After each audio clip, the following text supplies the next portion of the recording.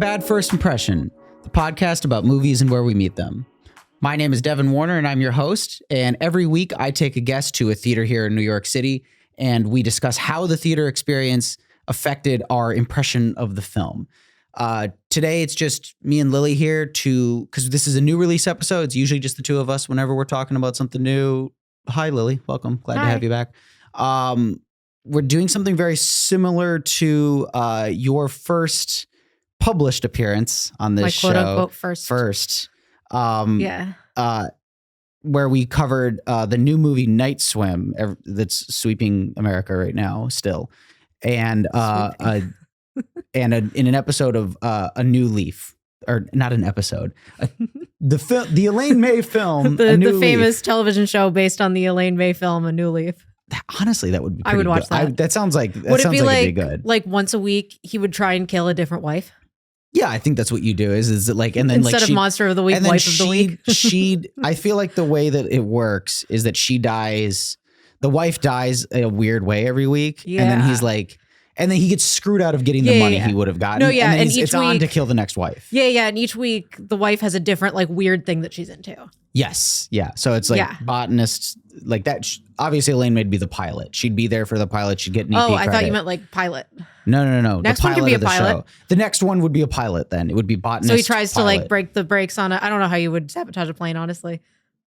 I mean, there's a pretty famous example of how somebody sabotaged. Yeah, but you would have to die in that example. I mean, the second one is just Walter Matthau commits 9/11 and he just died. They're like, yeah, it only did like 2 episodes. 2 15-minute episodes for some reason.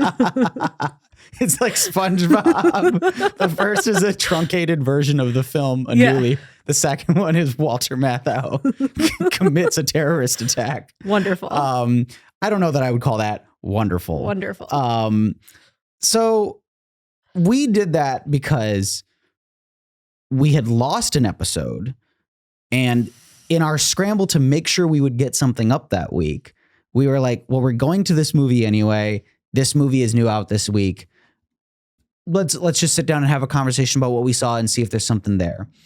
We're trying that form out here again because I don't want to miss out on like the more unique conversations you can have from talking about, something that's screening, going and seeing, a different type of crowd from a new release. But I like being able to talk about what's going on in the film industry as well. Yeah, and what's new and current. No, exactly.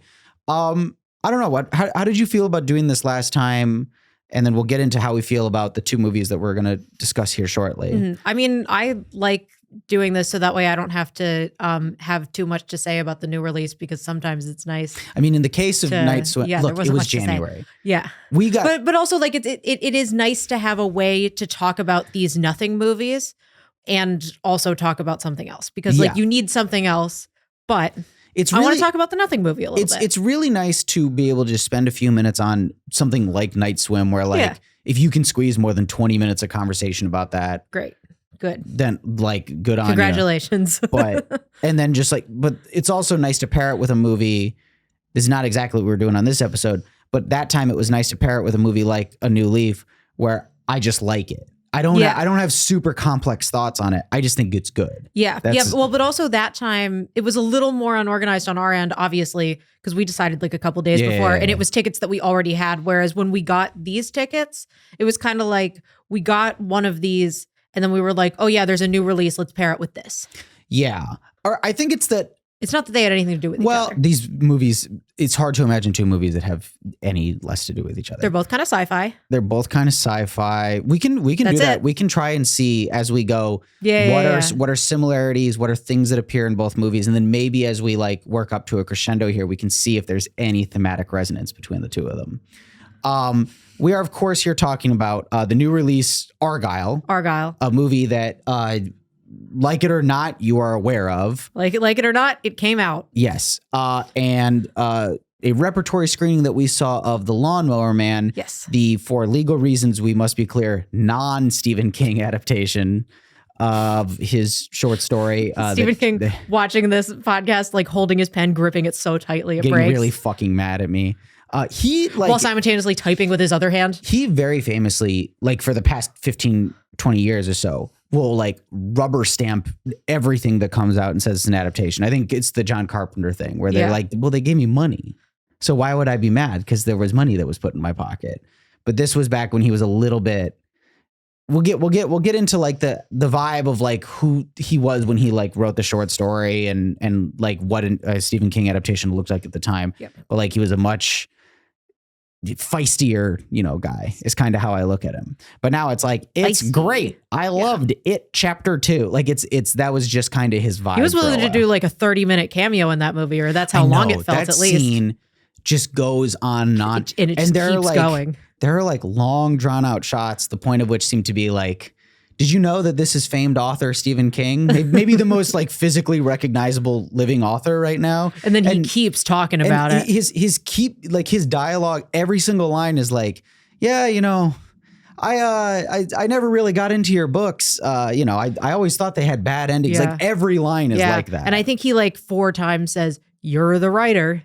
Yeah, over and over and over again. We'll get into Lawnmower Man afterwards, because I'd like to start off by talking about... Sorry, we're a little all over the place. No, that's okay. I do want to start with Argylle. Okay, let's start over. Okay, I'm just cool. kidding. We're gonna start. Welcome to Bad First Impression. No, we're gonna start a little bit with Argylle. The trailer. Okay. I don't want to sound over dramatic. Has the trailer been playing regularly since Thanksgiving? Has it been? It's been a while. That long? I don't remember, because I remember I first saw part of the trailer online, and I think you did too, because the Twisted Mind of Matthew Vaughn thing was going around. Yeah. And I do think that was back in like November. I think that was a while ago. I thought that was a teaser image because it was the cat's backpack. Oh, was it? I thought I remembered the trailer. Maybe you're right. That might have been more of a teaser. Because I think I distinctly remember the Dua Lipa part of it, of the beginning of the trailer with the Twisted Mind thing. And I think that maybe it was just the beginning teaser. Kind of being mocked before anybody really knew much more about the movie. That was immediately like, oh, the guy who made, Yeah. I mean, when I first saw that, I assumed it was a joke. Yeah. And I think it's supposed to be a joke. The thing is... Having seen the movie, do you think that he actually, like, the movie's so tame. What are you talking about? Argylle? Yeah. I'm saying, do you think that's his perception of himself? That people think he is this raconteur? I mean, and like he's this really the Kingsman dramatic movies are pretty bloody. In a way that this one is very not. In a very in a teenage boy's conception of like, this is so fucked up. Yeah, but also like in a way that other action movies like it are not usually. I think of the Kingsman movies as alternatives to Marvel movies, and they're much bloodier than Marvel movies. Yeah, but like in a cartoonish way. Yes. But like they are bloody. They're bloody, but like, which makes them edgier than a Marvel movie. Yeah. That's all I'm saying. I guess. And so I don't know if he's like, I'm the alternative guy or whatever. Yeah. I think they're edgier than a Marvel movie in the same way that like Deadpool is. I know that everything is, but you know what I mean. Yeah, I mean everything is Deadpool now. Unfortunately, everything is Deadpool now. Unfortunately, that's the thing that sucks most about Deadpool. They were really correct with that marketing where they put Deadpool on every movie, because they really did turn every movie into Deadpool since. Yes. I actually want to talk about the trailer, the trailer itself, because I do weirdly think that I don't think this movie is really going to be remembered in any serious way, but I think that weirdly the trailer and its persistence and the fact that it's the only thing that we've seen in theaters for months now, like other trailers started after it and left beforehand. This has been running before and after several other trailers. It starts off with, I think actually we could just do a plot rundown of the trailer itself. It starts off with Henry Cavill playing the coolest guy in the world. And he walks into like a spy situation where Dua Lipa says, "Let's dance," while the song "Let's Dance" comes on. You know what it reminds me of the most? It doesn't remind me of any spy movie or anything. It reminds me of the scene in Last Night in Soho. Is that what that movie's called? The Edgar... Edgar Wright movie. The Edgar Wright movie. Yeah. And I mean, if I remember correctly, that scene isn't bad compared to that especially scene is compared to the actually rest of the like movie. I've watched behind the scenes of that one. That scene is actually really cool. Yeah, because but that's what it reminds me of the most is like that kind of vibe of like this is the type of movie you're about to watch. If that makes sense. Because they have. I want to touch on. Sorry, the scene I real didn't quick. mean to. It's done very practically. Yeah. They have Matt Smith switching out to Mason McKenzie and Anya Taylor-Joy. That's cool. Because like the whole thing is that she's imagining her as the other. Yeah. And like, so they're literally like, I've seen the off-camera footage, like somebody else filming, and he's like literally like he'll twirl one out and the other will come back in. Like I love seeing stuff like that. It's very complex. Yeah. That is a really well done scene in a movie that I couldn't care less about. know. But yeah, it is kind of similar setup to that in that it's like dangerous on a dance floor. But him and Dua Lipa start dancing, and then she tells him like, "Oh, you've been had." Everybody pulls a gun, and it turns into him trying to escape the situation, and Dua Lipa getting caught by John Cena, I think. Yeah, he's the one who grabs her. He's the one who grabs her, moving off the motorcycle, and then cut to Bryce Dallas Howard at a laptop, sitting there saying, "I don't have an ending." And you realize that this is all in a story that she's been writing. And then it moves on into she is trying to finish writing the story. Mm-hmm. And then she runs into she's on a train. She's on a train. She runs into Sam Rockwell, who says, "I'm actually into espionage." He says, "I'm a fan of your stuff." And then she goes, "Oh, what do you do?" And he goes, "Espionage." Yes. There's the line. Let's do a little quick Rockwell sidebar here. Okay.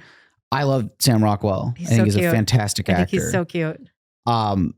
It is, by the time we actually got to sit down and watch this movie, I was so resentful of him because there's the scene where he smacks like a henchman on the train in the face with the book, and he shouts like I don't know what it is, because it's not like a terrible line. It's kind of a nothing line.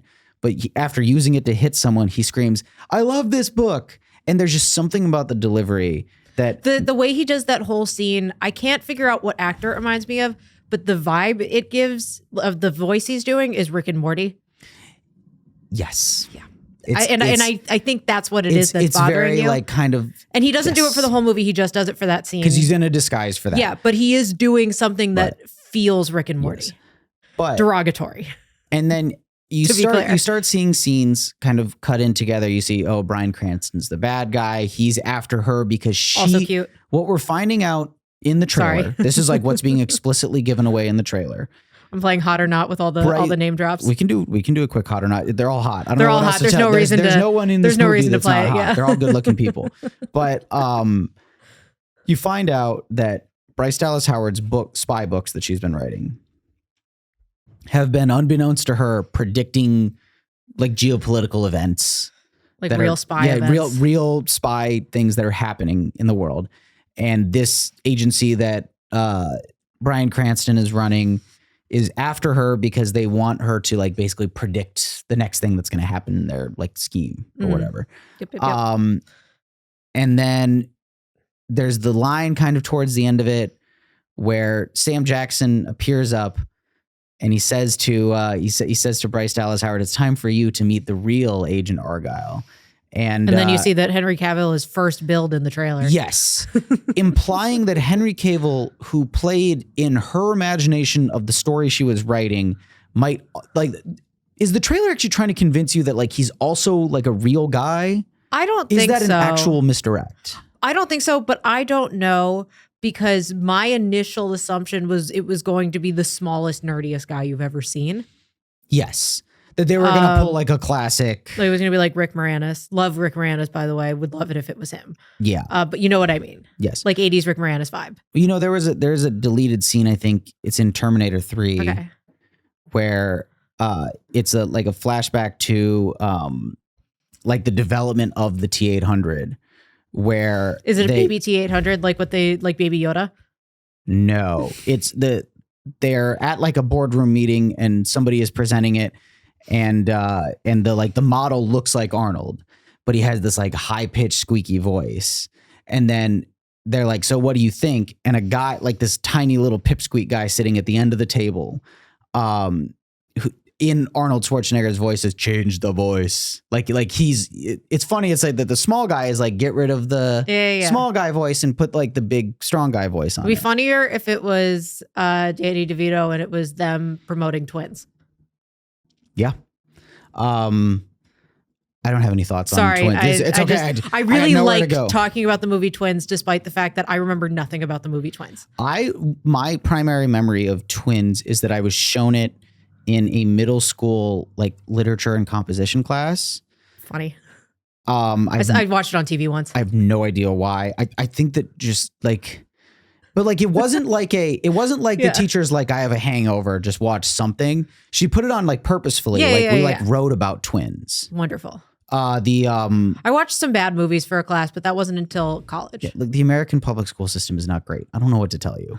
Like it's whoever stayed awake through enough of college to be given a certificate to babysit you. That's who's in charge of like you during your most impressionable basic time. Yeah. But that's what the trailer ends on to Argylle, is who's the real Agent Argylle. And then there's a couple other things before we move on from it I want to talk about. One, extremely prominent use of Dua Lipa in the trailer to a like I would say like misleading degree. I thought it was obvious that she wouldn't be there. Maybe I have slightly more critical thinking skills than the average moviegoer. And me apparently too. Did you really think that she was going to be? You didn't think that she was going to be in it, though? I didn't seriously think. I was like, she's all over this trailer. I remember, because obviously when the Barbie stuff came out, like all the pictures, obviously there were so many of them that no one was going to be in it enough.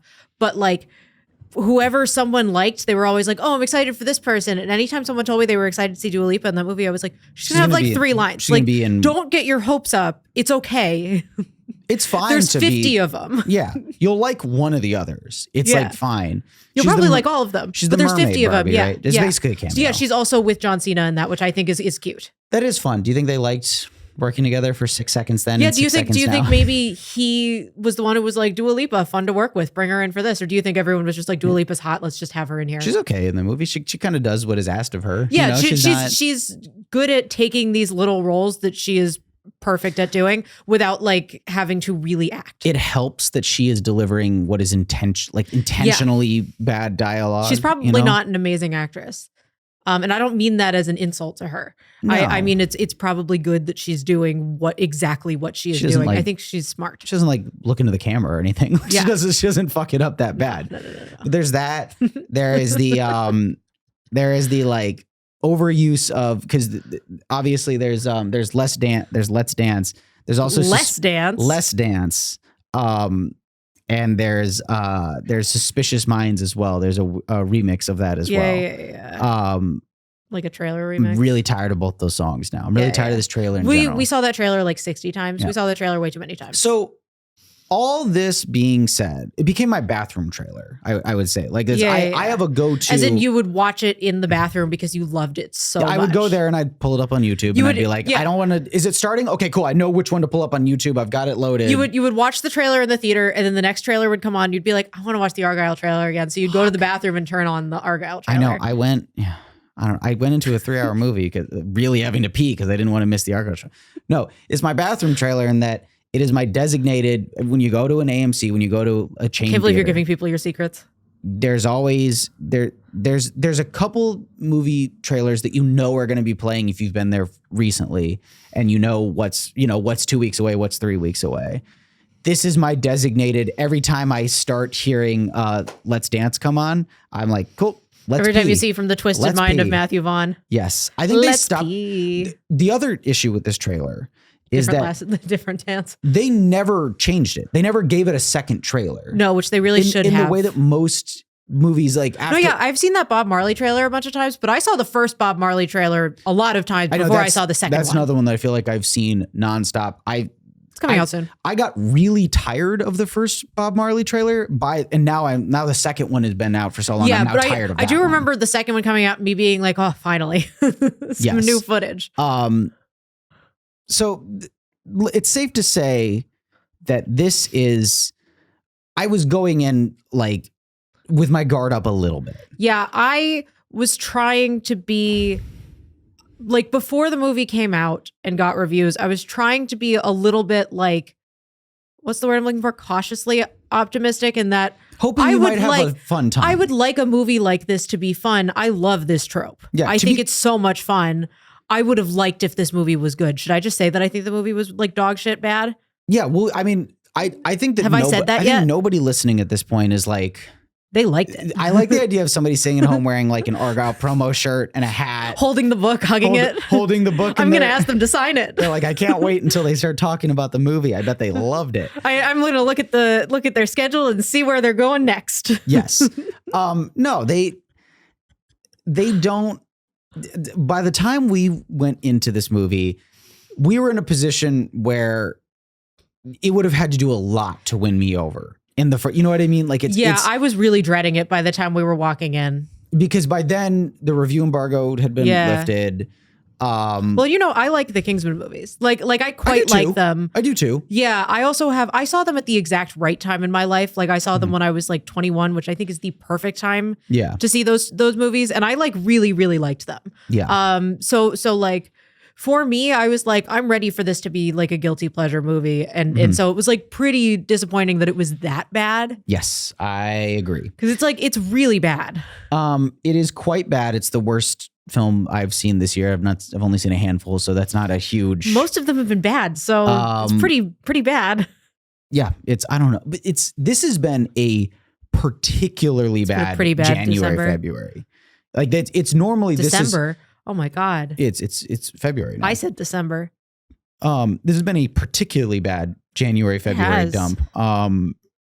There's a lot riding on Lisa Frankenstein right now for me. The thing is that Argylle was like arguably the first like real major release. I think that was also why I kind of wanted it to be, again, not good, but like I just wanted it to be fun. I really didn't have high expectations. Mean Girls did okay, and I think in terms of public perception did better than maybe Paramount was expecting. Yeah, well, I mean, it was originally supposed to be on streaming. So but what I'm saying is in terms of audience reception. Sure. Oh, sure. People are enjoying it. Once people got over the joke about like they hid that it was a musical, people have I think people have been fairly positive on that. People have been having a good time. People are like people our age are going with their friends who they saw the original with. Like they're having a good time. That movie really doesn't work for me like at all. Yeah. No, and also I agree with you that it does feel like a live action remake. I think with more money thrown into it, it could have been a better thing. I think it's just that I think the fundamental issue is that the music is quite bad. The music is also quite bad. The music is bad. And I also think I would have hated the musical too. Like I think I've been seeing people on TikTok who are like, because obviously I am on Renee Rapp TikTok and have been for a while. After the movie came out, my TikTok thought that I was a Mean Girls the musical person, and so I got a lot of people being like, people aren't liking the movie, but like they don't realize that the musical is good. And I'm like, no, it was always bad. This movie almost had the ability to be better than the musical. That's why I was optimistic. That was kind of, I was optimistic going into it too. Well, I guess we won't touch on Mean Girls later now because I don't want to give it any more airtime here. But aside from Mean Girls, Argylle was I think the first thing that really anybody had any real expectations for. Argylle is the first movie of this year that 8 months ago studios knew was going into theaters. Yes, that had this release date for a while. We won't go over the plot because we described the plot of the trailer, which is the plot of the movie, which is more or less the plot of the movie. Bad movie. The movie is about 2 hours and 20 minutes long. It's quite long. Way too long. As always, we're going to give you our ceremonial belated spoiler warning after we've been talking about the movie for 20 minutes. This is one that I can't talk about how bad this movie is without talking about spoilers. Yeah. So from here on out, we're giving you spoilers. What I'll say Sorry, we spoiled the trailer already. I know you haven't seen it yet. So, and before we actually reveal what the spoiler is, we should say Matthew Vaughn said what the spoiler was. That's nuts. Earlier this week, somebody went through his tweets. Which, why would you do that? Finding out that you spoiled your own movie is best case scenario for people going through your old tweets. That is true. But apparently he just straight up on Twitter revealed the twist, which is that who's Agent Argylle? Bryce Dallas Howard has amnesia. She's Agent Rachel Kyle, Agent R. Kyle.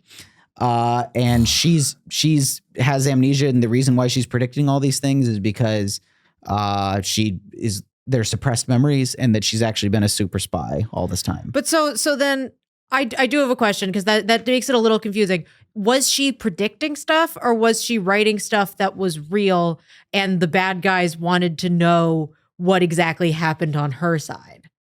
Like, which one of those is real? What they were using is, within the stories that she was writing, the bad guys, the good guys' perspective was revealing intel that the bad guys weren't privy to.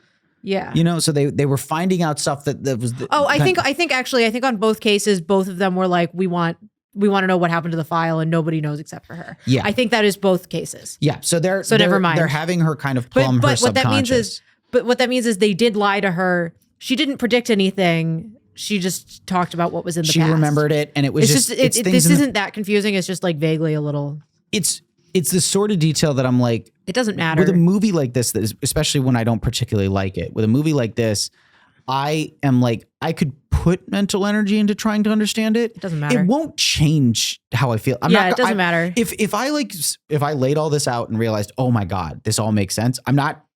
It was still a long, dreary movie that I had a really unpleasant time watching. Also, can I say the thing that I realized that, like, obviously, I think so much of the movie's bad. Like, the dialogue's really bad.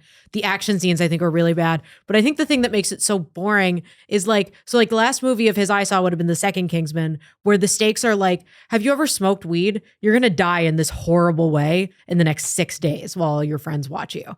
This one was like, there's a file and they need a file. What happens if they get the file? Then they know. That's it. I'm trying to remember. What happens to me? That doesn't affect me. There is no...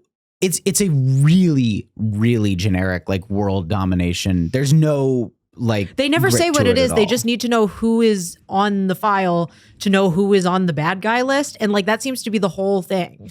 Honestly, I had completely... By the time we had gotten to the point where they were really talking about the MacGuffin and what, like, the actual objectives of this movie were, I was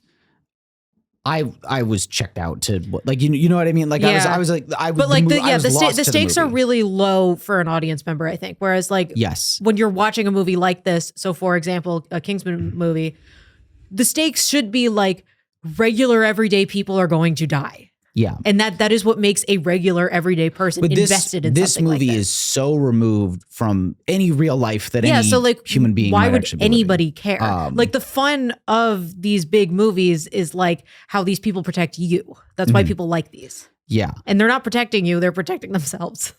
Yeah. Nobody cares. That's the thing, is the only thing the audience can have any investment in is Bryce Dallas Howard kind of like figuring her life and her place in it out. Yeah, and like waiting for the two of them to kiss. Yeah. I'd actually love to, like, kind of go down the cast list here and talk about them. Sure. There's Bryce Dallas Howard. I love Bryce Dallas Howard. She is great. I've always really loved Bryce Dallas Howard. She's great. Though. That's also why I was, like, cautiously optimistic for this movie. Is I love this trope of, like, the writer ends up in something that's like her books. It's romancing the stone. Yeah, romancing the stone. I just love that kind of shit. I think it's really fun. And I think that Bryce Dallas Howard is so cute. I love her so much. She's very winning. She's so cute. All my problems with this movie, none of them have anything to do with her except for the dialogue she's being asked to say. And I also think that, like, I think the action scenes that she's in are so bad. And she does not work as an action star, which makes it worse. I think the action choreography is, like, bad. I think it's like flashy for the sake of being flashy without being good. It's cut to ribbons. It's obvious stunt doubles whenever it's not just straight up CGI. Yeah. There's a sequence towards the end. It's an ice skating on oil slicks that is like knives. That is like, it's literally just an animated sequence. And there's no it looks weight so to bad. it at and all. like, but like, that's the thing that Matthew Vaughn is good at is action scenes. Like, what the fuck happened here? That is the type of visual idea that should work in a Matthew Vaughn same with movie. like the dancing one. I thought the dancing scene was so cringe. Like, I was like really like, oh God, I hate watching this. When will this be over? With like the multicolored gases and stuff. Which they already did well in Birds of Prey. Yes. That's actually a really great scene in a movie that I haven't revisited. A movie I remember liking quite I really a bit. like that movie. It's like watch it again. the right length and has really good action scenes. Everybody always bitches about that movie, but I like, because when it came out right before COVID. I think it's if anything, it actually benefited from kind of like being memory hold due to COVID, because I think that movie had the potential to be an annoying culture wars movie. Oh, sure. Had something much bigger not happened immediately I remember a afterwards. friend of mine who enjoys DC movies. I remember telling him I liked Birds of Prey, and he was like, oh, my friend saw that one and said it wasn't good. And he like told me who the friend was. And I was like, I think your friend is a misogynist. I think he just hates women. I think like that's... 3 weeks later, he sees the movie and he goes, oh yeah, my friend is just a misogynist. I'm like, yeah, I know. Did he find that out in between having the two conversations with you? I think he knew that. I think it was something that he knew that, but then he saw the movie and he was like, oh yeah, that's why he doesn't like the movie. Yeah. Because he really liked the movie. Yeah, I don't know. The type of guy is like, I always used to tell that joke, is the type of guy who sits down, he sees the title come up for Little Women and just goes, all right, off to a bad start. But yeah, I like Birds of Prey. I think I would like it in hindsight, even having gotten really sick of superhero movies since that movie came out. Yeah, I think that movie has a lot of fun visual ideas, and it executes, you're right, the type of sequence that this movie... and I think you should watch that instead of this. ...completely fucks up. Yes. Bryce Dallas Howard is very winning in this. I love her so much. Every bad thing I have to say about this movie has nothing to do with how cute she is. It's a little confusing that she was interested in taking this part, because in the last couple of years, she has expressed a desire to shift more into directing. Yeah. Because she's done like several very well done episodes of The Mandalorian. I think she is in the process of trying to line up a feature. I don't know if there's anything that's Star Wars feature or just a feature? A feature in general. Okay. This is a weird choice for her to make. It is. I don't really get why she did this. Because I don't. That's the thing. Because I can't think of anyone in this cast that she's like, oh, I really needed to work with this person. Yeah, I mean, she didn't come out of the Jurassic World movies being like, I love that. I want to go back to. I think she likes being on big sets and seeing how major directors work with a lot of resources. Sure. I don't think, but I mean, in that way, like, I can see her feeling like I need to watch someone who knows what they're doing. You know what's really upsetting? What if she's doing this because this is similar to whatever she wants to do? That's worst case scenario, probably. Yeah. I mean, that is a very possible that just came to me and that made me really upset. Yeah.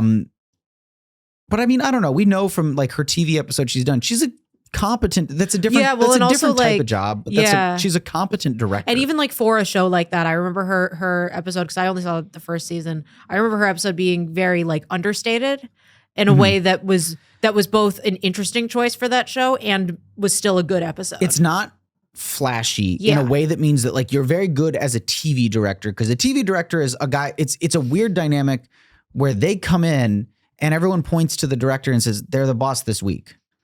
And that's very different. And their job is to deliver a similar project to what you've delivered every week prior to that. Yeah. Whereas, you know, there's more kind of total control from a film director. Yeah. I would be interested to see what she does. I'm not writing her off because of her, you know, bad taste in blockbusters. Plenty of good, talented actors are in bad things. Oh, yeah. Including the list of people I see on your screen right there. That we'll keep working down. We have Sam Rockwell, who we touched on a little bit. I think he's so cute. I think that he's doing the most effort to make this thing watchable. Sure. When he's around, he's playing the kind of like, he simultaneously has to be really, really patient with her. And like, you'll find out like through reveals about their shared history that they love each other and he wants to kiss her. Yeah. Which is that's like all good stuff. But like, you'll find out like, oh wow, he's had the patience of a saint. He's kind of sat back while she was, you know, brainwashed and been her guardian angel. Presumably he just sat somewhere as an NPC doing absolutely nothing until they were like, go find her. But at the same time, he also has to be the cad who's like, ugh, ladies in their heels. They can't keep up when I'm trying to run. There is actually a scene where Bryce Dallas Howard is about to run and she stops and takes off her high heels, which I didn't know if that was directly throwing shade at Colin Trevorrow, who on the first Jurassic World was criticized for having Bryce Dallas Howard have scenes where she like runs in high heels. That's funny. So I didn't know if that was like a specific. That's funny. I don't know. Kind of throwing shade at it. If it is, it's very funny. If it's not, then I don't know. I'm glad she didn't have to wear heels for all those sequences. It sounds really stressful. Annoying. Rockwell is, I would like venture as far as say like, this is like a pretty solid movie star performance. Yeah. I mean, he's a good actor. The script is bad. The character sucks. And the movie that's happening around him is terrible. But I think he is doing everything that could reasonably be expected of somebody in his position to make this thing. Yeah, and they do basically have watchable. chemistry. I don't I necessarily. I buy them having both friend and sexual chemistry. Yes, I don't necessarily believe that they're like endgame. Like I'm not like, oh my God, they need to kiss, they need to be together forever. But I am like, no, I believe that they are two people who would be friends and who would date each other. Yeah, I think that they're at the very least people who would try it out because it makes sense to the two of them. Yeah. We'll talk about. This is roughly in order of terms of like how important they are to the movie functioning, not necessarily in terms of size of the part. Yeah. Next, I have Henry Cavill, who plays the fictional Agent Argylle within Bryce Dallas Howard's imagining of herself as Argylle. Yeah. What's up with him? Do you like this? Like, is he funny at the kind of I have pastiche that he's nothing doing? to say about him, honestly. Sorry. He's an actor I like his vibe. I like the idea of him. I like that he's a nerd, and I like that he seems like a nice, cool guy. I just don't care about him. And he's just one of those like big macho guys that's just so big that he's not attractive to me. I disagree. I think he's quite handsome. The only performance of his I can point to and say that's a really like great execution of a character is his Mission Impossible movie. That's I'm sure. Pretty much the I'm only sure. one I can think of where he's like really good. This is like best thing about the Mission Impossible movie is that he had to have the mustache, so they had to CGI it off for Justice League. Yeah, mustache looks good in Mission Impossible. It does. But also the way that I know that I'm not attracted to Henry Cavill is when they're doing the scene where his face keeps switching with Sam Rockwell's. I keep being like, no, go back to Sam Rockwell. I want to see Rock, and that's when Rockwell's look how cute Rockwell is. That's how Rockwell is in that terrible disguise too. Yeah, and I'm still like, look how cute he is. Look how pretty his eyes are. Attractive Rockwell underneath. Exactly. You have to imagine Rockwell dressed as George W. Bush. I agree. Henry Cavill, he's here as like kind of a stunt cat. I think just because they're like, it would be funny if we got the guy who played Superman. It is. I think it works. It would be funnier if it was Daniel Craig, but Daniel Craig is not doing this. I know. I'm sorry. Daniel Craig is too interested in doing good movies. You know who would have done it? Brosnan. Who we'll get to later, but like Brosnan, we will get to. But like as far as like later. people who have played Bond, if you wanted one of those guys, he's down. He's always down. Yeah, well, Cavill is like one of those guys who's always been in the mix. That like, could he play Bond because he's British and and that's all you got to be Bond. That's all you got to be for like Screen Rant to get obsessed with the idea of you playing Bond. Yep. Yeah, I agree. There's really nothing there. Dua Lipa, I would argue, is integral to this movie because of how prominent she is in the marketing. Yeah. She's beautiful. She's beautiful. And there's kind of really, what's crazy about her is she has no real world analog. No. She's just a character who like dies pretty early on within the first fantasy that you see her in. Yeah. She comes back later. And also because there's a second twist in the movie. She's the one who kind of reveals the second twist at the beginning of the movie that they then flash back to later, which makes her integral. What's the second twist again? The second twist is that, I think you might have actually been asleep for this. I nodded off twice in this movie. I was really trying. Rachel Kyle, before the thing, she was sort of both sidesing it. She found herself on the file because she was also working with the bad guys. Oh. And so at the beginning when Dua Lipa said, we have the same boss, she was saying we're both working for the bad guys. I see. Yes. I believe you were asleep for that part. I really tried. And so like when you woke up and she was being bad, you were probably like, I guess this is happening now. Yeah, I was. The thing is that by the time I started getting sleepy, which was like after an hour or so, the movie had been rolling. By the time I got sleepy enough that my head was nodding a little bit, I was like, there was no chance this movie was going to win me. There was no. But I do realize that you did miss that second twist, which again is the only thing that Dua Lipa does. Unless like the usher came in and started giving me money and being like, you won a prize, Devin. Like there was no way I would enjoy this movie experience. Unless someone gave me an early copy of the Dune popcorn bucket. I don't know. Is she any different in that second scene that she's in?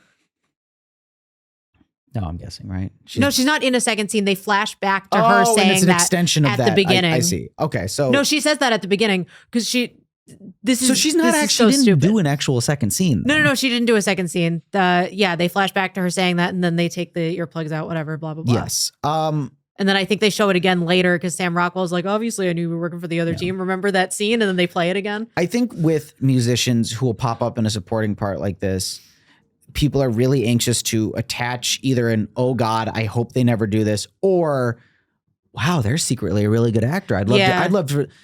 I feel neither of those things about Dua Lipa after this movie. Me either. She's not bad in it, but she's not doing anything aside from just like being sexy, which I like her pop music. I don't want her to be taken from it. You know, like keep doing the thing you're good at. I agree. I don't see any particular aptitude here that makes me anxious to see her do this again. That's how I feel. Like the opposite with Haley Steinfeld, where every time she releases music, I'm like, this isn't very good. You should go back to acting. This isn't very good. You're a very good actress. Yes.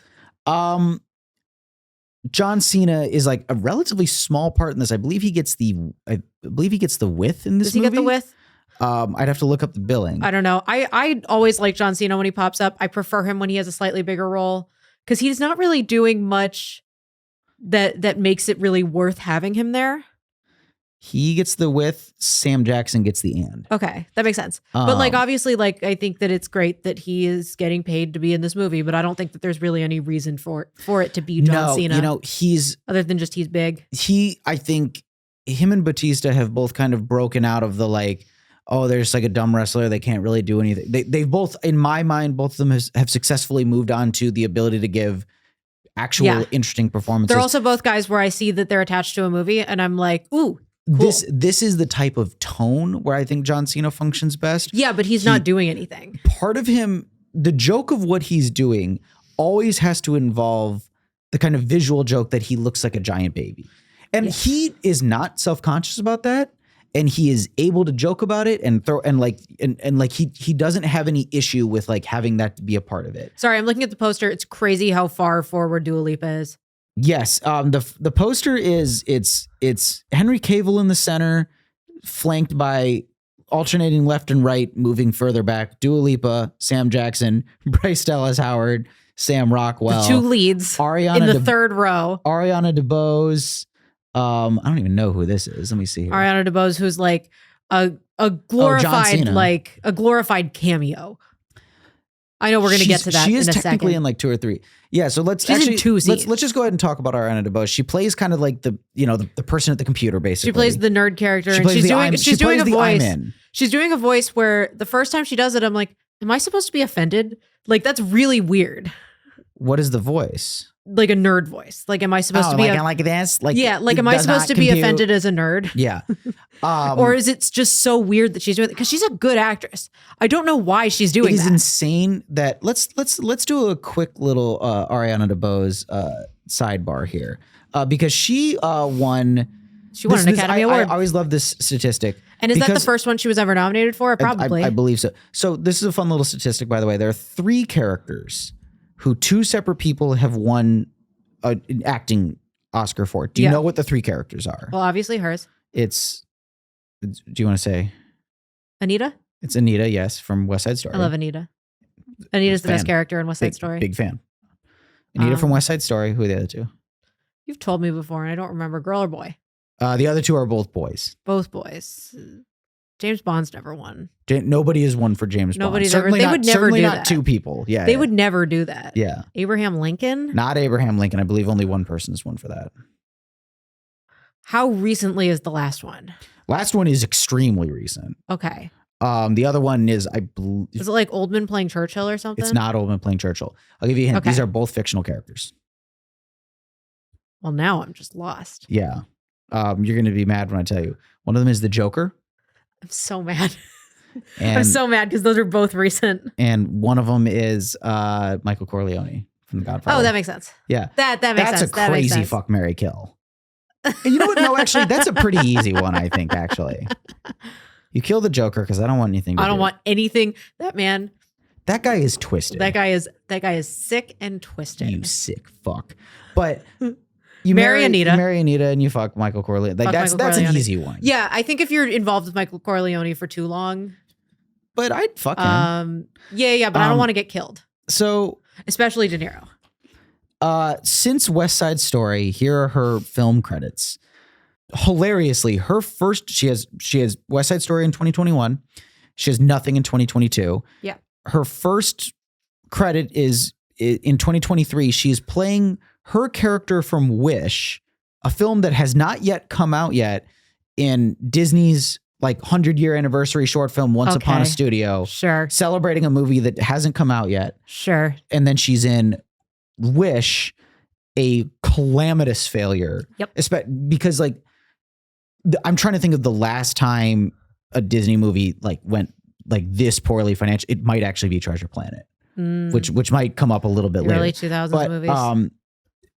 I mean, Wish was, nobody was seeing it. And this is a movie from a studio where normally people automatically, it was an easy sell, right? It's a princess and it has the Disney castle in front of it.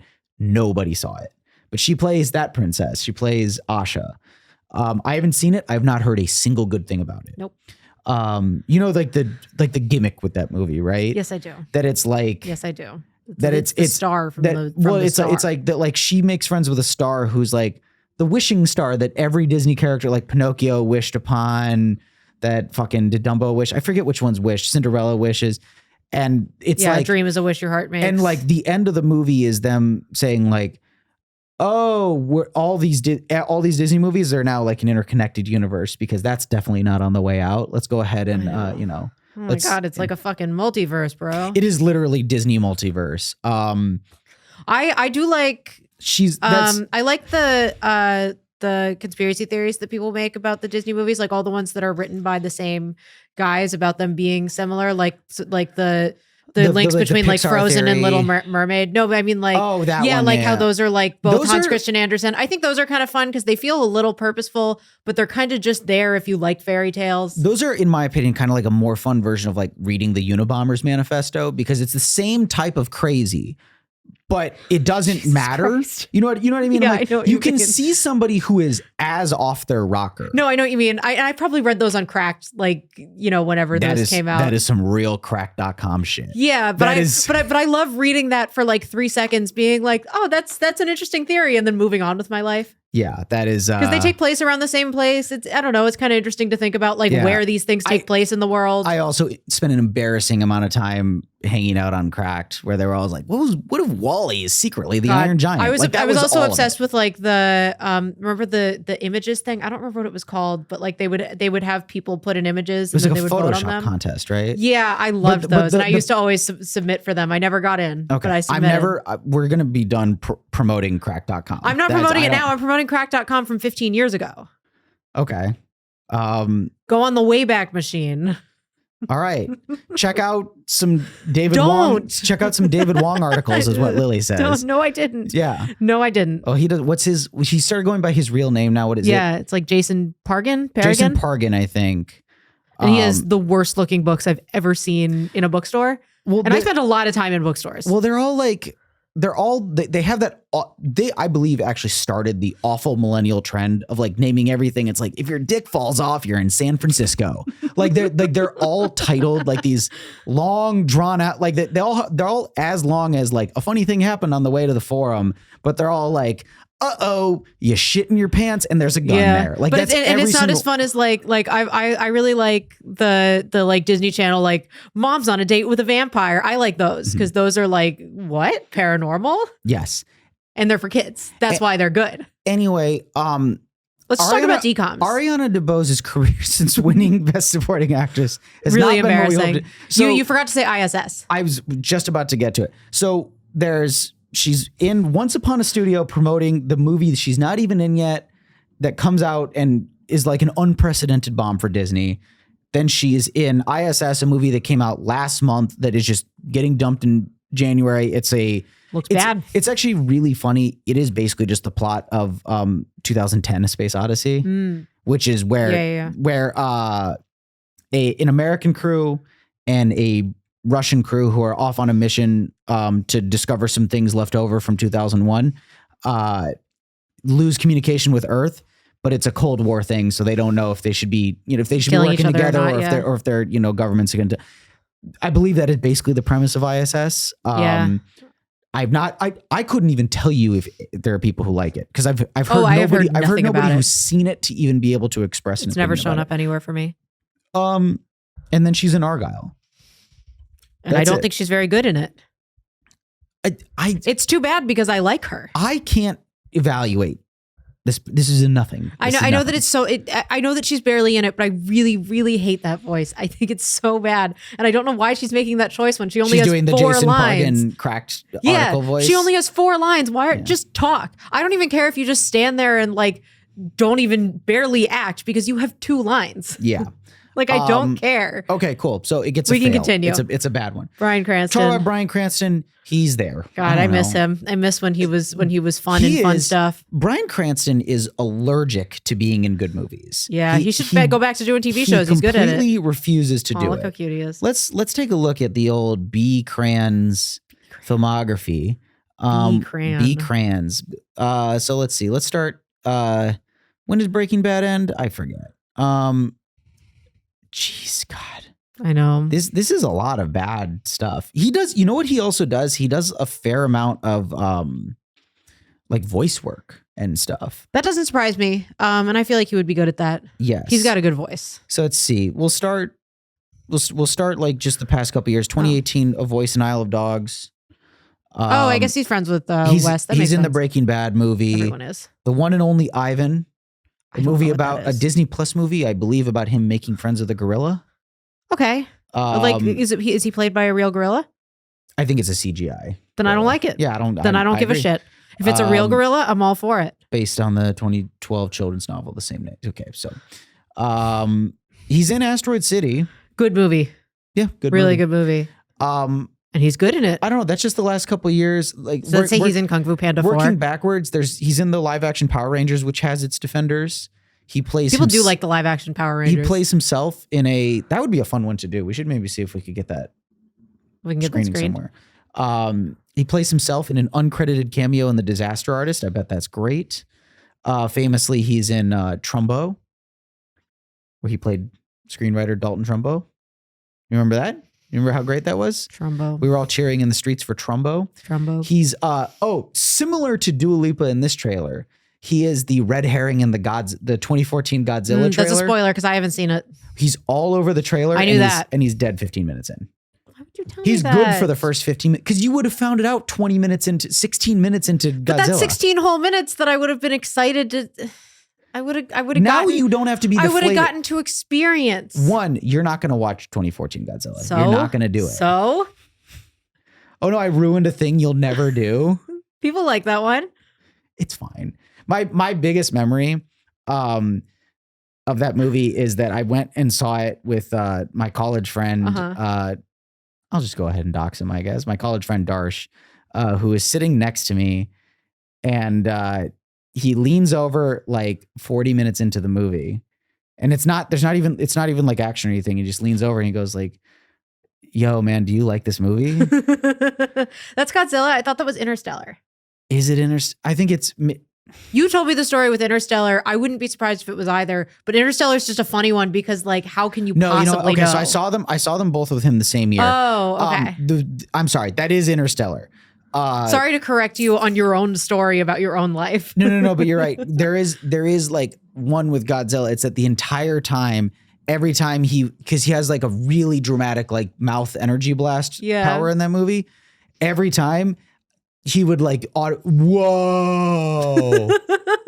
whoa. And like, he would slap me. He's like, did you see that? And I was like, yeah, I'm in the same theater that you are, buddy. I love watching people talk about Godzilla. To be fair, I'm not really annoyed by that. No, I love that. You're just enjoying it. No, it's like fine. when someone legitimately screams in a horror movie because they're actually scared. I like that. Because I wasn't expecting this opportunity to come. I do want to throw out. Please do. My quick little experience at the end of Godzilla -1. Please do. Great movie that I strongly recommend everybody go see. We saw it in the same theater we saw this one in. We saw it in the same theater we saw Argylle in. Way more full for Godzilla. Yes. We saw it, and then it was a very receptive crowd. People liked it. I loved it. You loved it. We're walking out, and as we're passing like one of the last people in the row, I overhear part of a conversation he's been having with his friend, and I see like a disappointed guy kind of like looking down. He's like, it's good. He's pretty big, I guess. And I just love the idea that like what makes a good Godzilla movie is how big or small Godzilla is. But they just crushed because he just saw the whole room react really happily to the size of Godzilla. He's heartbroken over the size of Godzilla. He's pretty big, I guess. Yeah, I've been thinking I of love that. he's pretty big. I got I like love that's, that. that's Every time we walk into that theater, which we do a lot because we like going to that theater, I think about that. well, that's the same. That's the Homer Simpson thing where they go to Australia and he says, "I want a giant beer," and he puts up this beer that's like the size of his torso. And Homer is just immediately like, "It's pretty big, I guess." Like, so I'm like, he just did the exact same thing. Yeah. Ariana Debose, disappointing career since We were talking about Bryan Cranston. We'd moved on to Cranny. We can move on. We'd moved on to Cranny. I'm gonna keep calling him weird shit until I find one that sticks. We've done B Cran and Cranny. Cranberry? We can call him the Cranberry. That's a soft no. We won't be doing that for Bryan Cranston. Okay. Well, there are no bad ideas in brainstorming. Well, I feel like you're proving that one wrong. Okay. Well, thanks. We're going to cut that out. That's not going to be in there. Cut it out. We are going to actually cut that one out. Jesus. Don't tell anyone I used to watch Full House. Nobody can know. Bryan Cranston is fine in this. He's perfectly doing fine. his like vaguely Serviceable. It's so funny. We went on that long of a sidebar to be like, he's fine. He's functional. On to Catherine O'Hara. Yeah. Catherine O'Hara seems a I little. like Catherine O'Hara. She seems a little lost in this. She doesn't really seem to know what's being asked of her. Yeah, I don't know why she is. She's a bad like, fit for this role. She is a bad fit for this role, but like obviously I get why she's American when she's pretending to be the mom. Why is she British suddenly when they find out that she's evil? Bryan Cranston isn't British. Why is she British? Well, I know it's because British women sound evil. Like that's it. But like, I think just to make it a more dramatic. I'm sure. I just thought it was really silly when she switched out into the accent, and I was like, but no one else is British. She is in the weird position where she ends up being the like ultimate villain of the movie. Yeah, because she's the one who is like, you know, like Manchurian candidating Agent Argylle to try and kill Sam Rockwell at the end of the movie until Ariana Debose shows up out of nowhere, having despite not been in the movie at all, to hit her over the head with a pipe. I think that's how this movie gets resolved. Is Ariana Debose hits an old woman over the head with a pipe. Ariana Debose shows up on a boat randomly. Yeah. And I just want to move right on to this real quick. The thing that like they're trying to make happen when they stop. Okay, I talk with my hands a lot. I don't know you don't need to make fun of me for it. The audio listeners, I was making fun of him. Yes, I wave my hands around a lot. I gesticulate. In a, you know, not. I'm having fun. Not in a not un-Muppet like way. And Lily was mocking that by doing the same thing. I was having fun. Glad you were. But it's fine. I was the one getting made fun of. How did I just end up apologizing? You don't like it when women have fun. Okay. Do you want to run the podcast now? I think I'll just walk off. I don't think. All right. Welcome to Good First Impressions. I love the idea that your show would just be like, we'll just make it good. That's it. It's a 15-minute show. You just walk in, you're just like, it was a good movie. I felt good about it. Yeah, I walk in and talk about a couple things that I like. Rate, review, subscribe. I want to just the last performance that I think is worth touching on at all. Sam Jackson, we briefly touched on him as the end, is basically getting paid to show up in the last third of this movie. Mm-hmm. He's always having a good time. Like the thing I will always give him extremely phoned in. This is a nothing performance. But he's always like having a little bit of a good time. But what he is quite literally doing, he's much better in Kingsman 1. What he is quite literally doing in this movie is sitting in front of a Lakers game. Oh yeah, he is. While he is waiting for something to download onto his computer. That is the only thing. Like during action sequences, they're cutting to him sitting anxiously waiting for something to download. Yeah, that's it. Like it's too bad because I like him. I like him too. I miss him. He's in plenty of bad movies though. I don't know. But yeah, he knows Vaughn. Yeah. I'm assuming he's contractually obligated. Every franchise has to include him at some point. And the reason why I call this a franchise is because there is a mid-credit sequence. I know it's not post-credits because I was trying to get out of that theater very quickly. It's funny that they don't even get through like the full cast list. They just start playing. They're like, don't leave. It's exciting. There's exciting stuff to see. At the end, in a really confusing timeline, as in I don't know if this is happening within Bryce Dallas Howard's book or if this is like a jump forward or backward in time. I think this is a jump forward in time. And then the thing that says book 1 Argylle is just ending the movie. It has nothing to do with that clip. Sure. But what you Just- find out yeah. is somebody with the name Argylle going to sign up to be in the Kingsmen. Yeah, my assumption is that that's her son and that his code name is Argylle because her name is Argylle. Yeah. There's like layers to this script. There's I think layers I think to this this is really well done. Okay, we should continue. We've been talking about this for way longer than we expected I know. to. I don't really want to. The thing is, I think this is just. It's just a bad movie. It's just a regular bad movie. This was made according to the tastes of a type of blockbuster that is in the process of kind of like going out of style right Yes, now. this should have come out like 2 years ago, but I think even if it came out 2 years ago, I don't think people would have liked it. No, because the fatigue was It's kind also of bad. setting Well, in. and also like I'll say one more thing about how bad the movie is.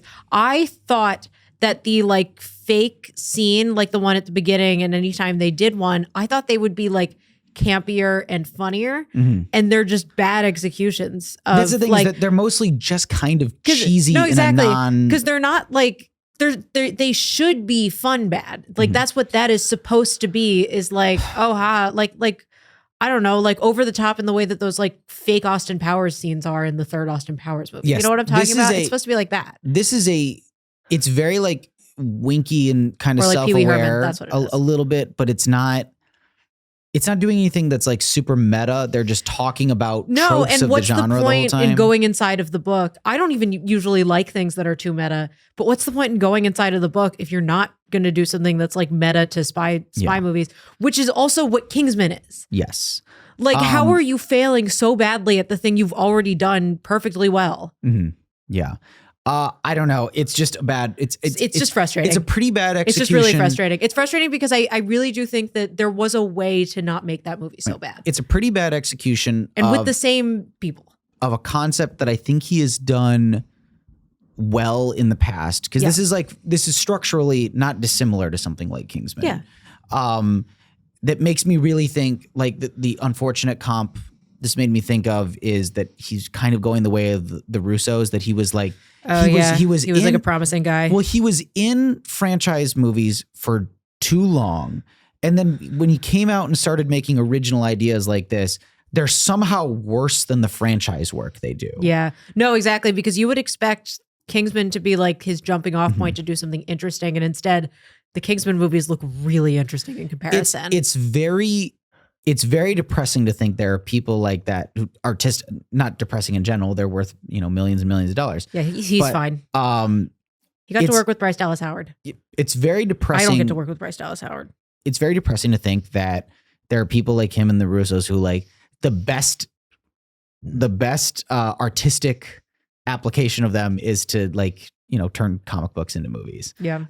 Because based off Argylle, I don't know that I'll be prioritizing seeing the next Matthew Vaughn outside of like I'll truly have to have had nothing to do. That's about all I have. Yeah, let's on, continue. We don't Argylle. need to talk about that Let's anymore. move on to the repertory screening that we went That's to all this I week. have, having spoken for 3 hours. Yes. This is a movie that neither of us had seen. I had read the short story that it's based on. I didn't. You hadn't until after. Literally right after the movie. Yes.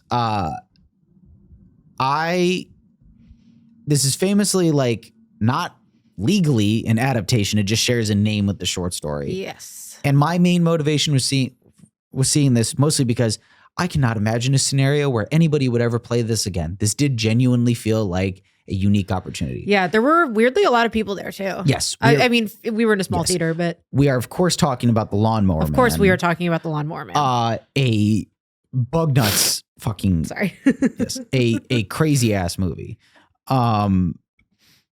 This is based off a Stephen King short story. Once he saw it come out, it originally, like, its title was Stephen King's The Lawnmower Man. Insane to do that. Successfully sued them to take his name off it because, as we'll discuss, it is quite literally not an Stephen adaptation of the, as in like it's insane to pretend that it is when you know that it's not. It just literally like both of them. It's not. Both of them start with a guy whose job is to mow lawns, and from there there is like, no. But like even that, it's not like the beginning is at all even similar to the setup of the short story. Yeah, They're completely different entities. To the point where I'm like, why did they even think they would get away with it? That's the thing, is so that like weird. the short story, which I guess we can go over right now. The short story is like 15 pages. It's something that I would put in the category of like, it's just too weird to really hate. It's not it's not a satisfying story, but it's literally about a guy who needs his lawn mowed because it's been getting overrun. He calls a service, and this weird guy who says he works for the Greek god Pan, and he tells the guy to go mow his lawn, and then the guy gets naked and starts following along after the self-moving lawnmower, eating the grass clippings. Yeah, completely naked. Yeah. Eating the grass as it comes out. After confronting the guy over how weird it was, calls the cops, and then the naked lawnmower man breaks into his house, says, "That was a bad idea, buddy," and kills him. Yep. That's the movie. Is the guy makes 2 phone calls. Book. Show. Or that's the book. That's the short Wow. story. The guy makes 2 phone calls. That's what happens. He makes a phone call, gets his lawn mowed, makes a phone call, gets killed. That's it. It is really bizarre. It's typical Tuesday. I wouldn't even really call it a fantasy, because it's something that's like vaguely supernatural. Greek myth retelling. It's what the kids are into But these that's days. the thing, is they I'm would like, love it. Or is this just a crazy guy who is talking about Pan? Like, you know what I mean? Like, is this just a guy who goes door to door and murders people? Because I don't think there's any confirmation that like anything actually supernatural is happening in the story. Well, the lawnmower is mowing itself, and it's from the 70s, so I feel like that wouldn't be happening yet. I guess you're right. Yeah. Either way, it's a fun. Whereas when the lawnmower is mowing itself in the movie, there's more of a reason for it. Well, he's like mind controlling it. Yeah. But so what actually happens in the movie, really broad strokes. And he's not eating the grass. Really broad strokes. And I guess we'll just touch on this really briefly because I know we don't want to go super into this aspect of it. The character is played by Jeff Fahey in the movie is intellectually disabled. And Pierce Brosnan is a scientist who decides he's been testing some bullshit about like how VR can improve like brain function in animals. Yeah, but his monkey died. Yeah, he kills a monkey, and then he decides to have the next like stage of experimentation he's going to do on his neighbor who mows his lawn. Yeah. He is playing intellectually disabled. It's pretty broadly speaking, it's a pretty irresponsible and poorly done execution, like portrayal of that sort of thing. Yeah. It's being done as a kind of like Flowers for Algernon. Yeah. Like, I mean, the thing I'll say is thankfully, because he's supposed to have his brain quote unquote improved, it means that he stops doing that impression very soon. It doesn't last as long as no, you're but afraid it is still uncomfortable. Yeah, the whole time it's happening. I will touch on it because there is a sequel to this movie. I will touch on something related to this right at the end of that. Good. But it's very insensitively done. It's the element of this movie that makes it the hardest to kind of enjoy in a like trashy, fun way. Yeah. But because I think before he's even announced or shown, I think it's really fun when Pierce Brosnan gets the call that his monkey died. Yeah. It's sad, but it's so funny. Yeah. So what ends up happening, we already explained he killed his monkey. He kills his monkey. He needs a human to start experimenting. He starts doing this without his like lab knowing what he's doing. Yeah. And it gets out of control really quickly because the VR technology. By the way, like let's talk about that real quick. He puts him in a VR headset and like teaches him like what looks like fucking Mavis Beacon teaches typing. Like these are like leapfrog learning shit. Yeah. This is not actually like. Well, and also is it the VR that's making him smarter, or is it just only the serum is making him smarter? He's got a serum and too. And the VR is the test. Is it? Or is it both? I'm asking if I'm interpreting it correctly. I think it's that because obviously he gets better at the games. He gets better at the little games, but like they are quite literally like put the square on top of the square. Like it's like or it's like asteroids. Like yes. Sometimes he's just playing video games. That's the other thing too. He has a kid come in to play video games with him. Yeah, the kid actually, who by the way is the only actor who moves over to the sequel. he kind of becomes like the main character of the sequel. Yeah. But so he starts advancing, getting more intelligent to the point that he starts becoming a danger, and in like a very typical kind of like, like AI sci-fi threat, he becomes like humanity needs to be destroyed for its own protection. I'll enslave them, that sort of thing. And it's at that point that Jeff Fahey kind of disappears into virtual reality, which is like another dimension or something. Yeah, where he's like a god or whatever. Where he like starts shouting about how he's a god, and he's this like, honestly, like kind of really cool, like. Oh yeah, by the way, spoilers. Yeah. We gave one spoiler alert for the other movie. Argylle, I guess. We've done like a dozen episodes at this point, and every single time I get 40 minutes into it and I say, oh, by the way, spoilers. At this point, I do really feel like you should know there's going to be spoilers if we talk about it. I don't know. I agree, but people are weird. I don't see a 90+ minute podcast about the Lawnmower Man come up and be like, I can probably listen to that without the Lawnmower Man being spoiled. I guess. Oh man, great. Well, I plan on watching the Lawnmower Man on Friday, so this will be a great introduction to the Lawnmower Man. Yeah, I'll listen to that. I'll do my homework before I watch the Lawnmower Man. So I guess we'll go ahead here and say, he becomes a god? Oh my god. Fuck. So here are all the things that we're spoiling. We're spoiling the Stephen King short story, already done. We're spoiling the film, already done. We're spoiling the sequel, it's you could spoil it for me because I didn't see it. I barely. So it's the type of movie that was reaching for your phone, reaching for my phone. The second, which you never do. I never do. But I just like could not watch it. You're like, what's the painting where it's like God and Adam? That's you and your phone. The Sistine Chapel. No, I know. Nope. I know what you're talking about. Where the God and the man are reaching for each other. Yeah. But it's me reaching for my phone. Yeah. It is titled Lawnmower Man 2: Beyond Cyberspace. Alternate subtitle: Jobe's War. Okay. I just want you to know that that's a title that a movie has. Okay. Thank you. Yeah. So thank you for telling me. Just in case you're beyond cyberspace and you need to know any context for that. Beyond Cyber Chase, is that anything? No, it's not. Okay. But I'll like leave then. That's a good try. So yeah, then he kind of becomes this like big looming threat, and as everybody expects this movie to end, Pierce Brosnan escapes cyberspace while saving the kid. Jeff Fahey gets trapped in, or does he? And that's kind of how the movie ends. Yeah. What was he doing that was really funny at the end where he was like grabbing stuff? What was it that he was grabbing? He's in this like sphere. Yeah.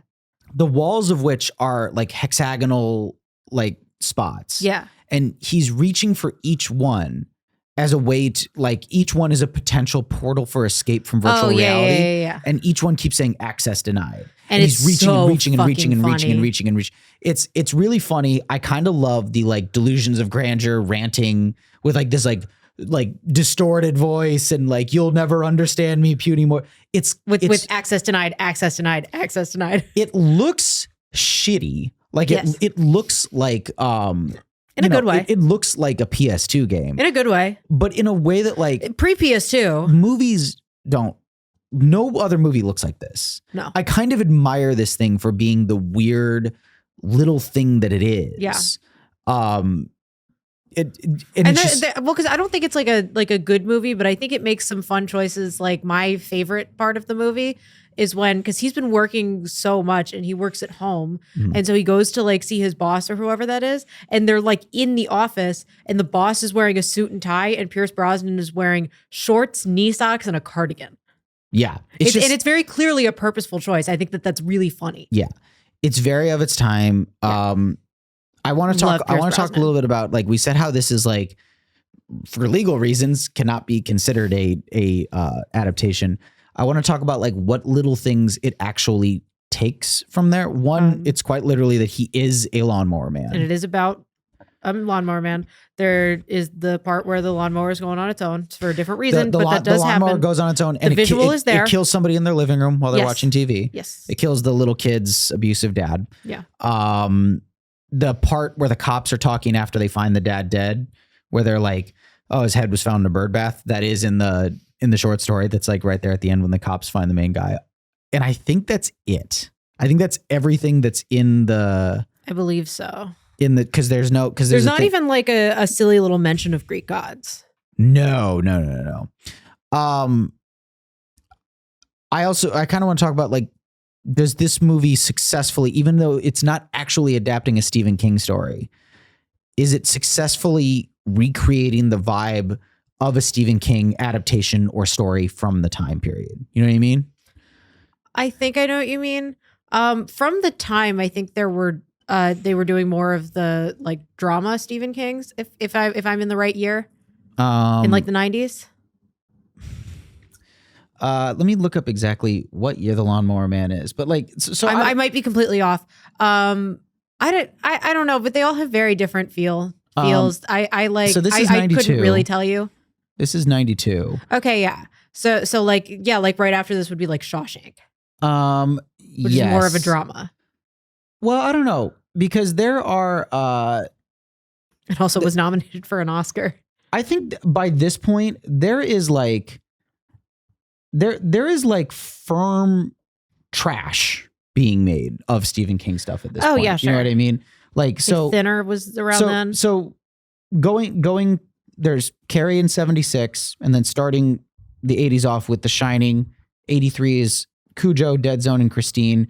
Christine is like kind of trash. It's a John Carpenter movie, so it's well done. Yeah. But it is like, that is like a trashy book that was made like John Carpenter made that wrote that script from in advanced reader copy of Christine. Like, it wasn't even actually published yet. They came out like 6 months apart.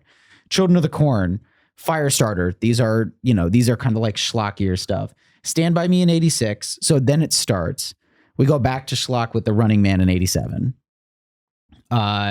Graveyard Shift. Is based off a short story apparently. And then, yes, the last one before this is Misery. And I would consider that a real movie. Yes. It's a good movie. I would too.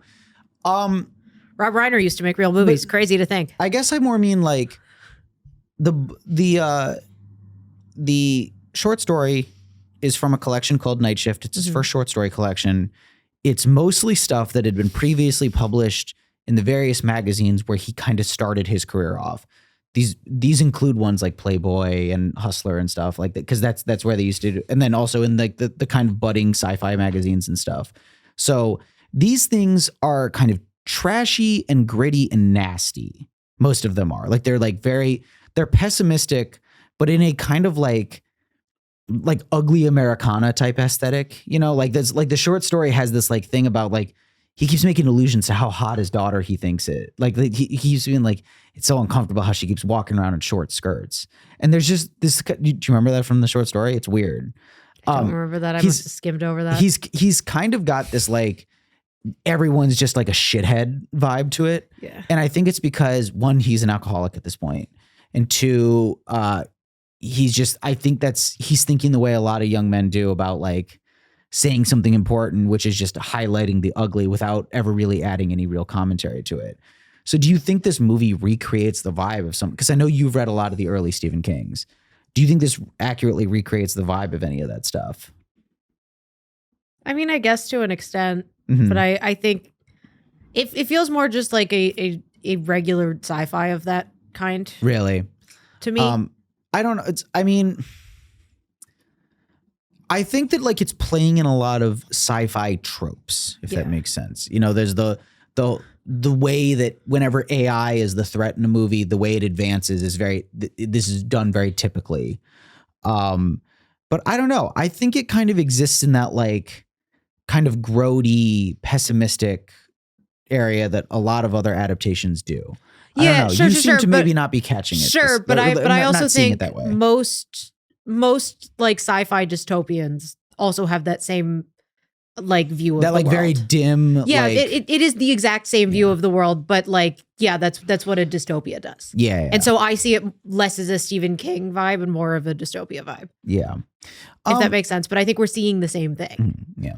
So we saw this movie at the Museum of the Moving Image. I want to Yes. bring this up real quick. This is not actually the first time we've gone to the Museum of the Moving Image for this podcast. I don't think we revealed it on your previous ones. I think we should just go ahead and like talk about we lost an episode. We lost an episode. Not at our current recording space. We recorded something that there was an error recording it, and we were not able to publish it. It was for a movie, or should I say movies, that we saw at the Museum of the Moving Image.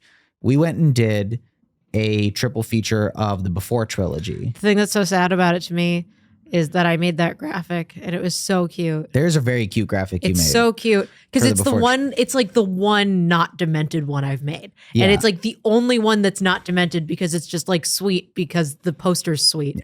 I haven't seen what you're doing for this episode. I assume don't know what I'm doing yet. You're going to jail for it. Whatever it is, I'll go to jail. It is Happily, it does I'm excited. Suck. I love those movies, and I actually really remember enjoying that conversation. I thought it was like, I thought it was like a nice, different thing from it was the very type different of from what we conversations usually that do. we usually have here. Two, we went and saw 3 movies. Yeah, and I was sick. We spent all day. We saw 3 movies while I was sick, and if we weren't doing it for the podcast, I would have been like, I can't go. You might have like tried to rest. weasel out of it. But so now we're finally going to a screening at the MoMI. At the MoMI. This was over. I can't remember the name of it, but it's over in the the smaller auditorium. That's which I had never been in to before. the side. Before this time. Yeah. We've been to plenty of movies there, and I've never been in the smaller one. Yeah, it's fun to see. It's very much got like museum vibes in there. You know what I mean? It's a museum screening. I also think room. that like the people who were there, like there was a row of people in the back sitting in like non-theater seats who all had this like artsy museum vibe, which was just a group of people that I was not expecting to see in that movie. Yeah, a lot of old fuckers. Yeah, that too. A lot of old fuckers. But it's usually what you see in a museum. So I do want to like talk about a weird crowd interaction we had before we talk more about the movie. Yeah, sure. We sat, it's a very small, I think it was like 6-7 rows. It was really not very much. We sat pretty far back, and then somebody sat directly in front of us, and a really tall guy sat directly in front of you. Yes. So there was one open seat between us and then a couple that was like an older couple that was like sitting off to the left there. They had their coats in that seat, which is fine because there were plenty of open seats. But both of us would have had obstructed view behind this tall guy. It would have been fine if we just moved over. So I lean over to the guy and I said, someone tall just sat in front of my wife. Would you mind, would you mind moving your coat over to the other side? And he goes, what? Like I've just said something like horrible and offensive. It's like, what did you just ask me? And I said, somebody tall sat in front of my wife. We want to move one seat over. Would you mind? And so he takes like throwing a tantrum. He grabs the coats and just like whips them over onto his wife's lap. Like he is furious. And I move over there, and then he spends the entire screening like leaning his elbow over our shared armrest, like into my like seating space, not like taking too much of the armrest, leaning into my thing, like kind of passive aggressively, like. And I'm like, are you not prepared that you might have to sit next to people in a theater? Insane. People get so mad at me because like, I'll book it even if it's right next to somebody, because most theater auditoriums have like wide enough seats that it doesn't really even matter if you're next to somebody. But I've had people freak out at me and say like, it's so weird that you'll sit. And I'm like, it's worse to leave one empty seat in the middle, because then you're screwing over somebody else. People also do that on the train. If it's like crowded and you ask them to move their stuff. Also, my mom and your mom are both texting us frantically like, oh my God, when did you get married? Yes. I just want you to know. Yeah. Well, I don't know that we'll bleep that, I guess. You don't have to bleep it. Then people will like get really upset with me that I'll like sit. I'm like, why? I'm in a public space. No, I know. Especially like, I mean, obviously it's annoying in movie theaters as well, but like on the subway, it'll be like rush hour and someone will have their backpack next to them. And I'll be like, I just want to sit. My backpack is also heavy. And the person will be like, ugh. They do that same thing where they like, ugh. It's like it's crowded. Yeah. You will be helping free up space for everyone if you move. He was really upset, which was made even funnier by the fact that he was on his phone constantly the entire time. Like, sorry, imagining you bleeping wife. So now it just says my beep every single time. They multiple times throughout the movie, his phone on like full volume, like would like go off. And then he would like, when it went off, he would then with the brightness all the way up, stop and like answer like think it out with the screen on, like, okay, just Tuesday where I don't, and like write out a full text. In the year of whenever Lawnmower Man takes place where technology like this exists, I think people are answering their phones in movie theaters. I think people are doing that now. Yeah. It's a thing that makes me sound incredibly old and crotchety. No, I know. Like, I think something happened while we were all collectively away from movie theaters during COVID. Yeah. When we come back, I used to put my phone in airplane mode. Theater, I put mine on Do Not Disturb and put it in my bag. I put my phone away. I don't know. I'm too scared that because if my phone rings 3 times, something might be happening, and I don't want to be that disconnected. Yeah. But other than that, my phone, my phone like vibrating in my pocket will be a distraction to me. I don't even want to hear the like silent mode thing. So I have to not be in contact with it for the duration of the movie. That's fair. I don't usually check my phone or anything. My Apple Watch, every time I got like a text during Argylle, I was checking because I was like, I'm bored. I want to know what's going on in my phone. Yeah. But this guy who's sitting next to me alone, his phone goes off. He texts at like full volume.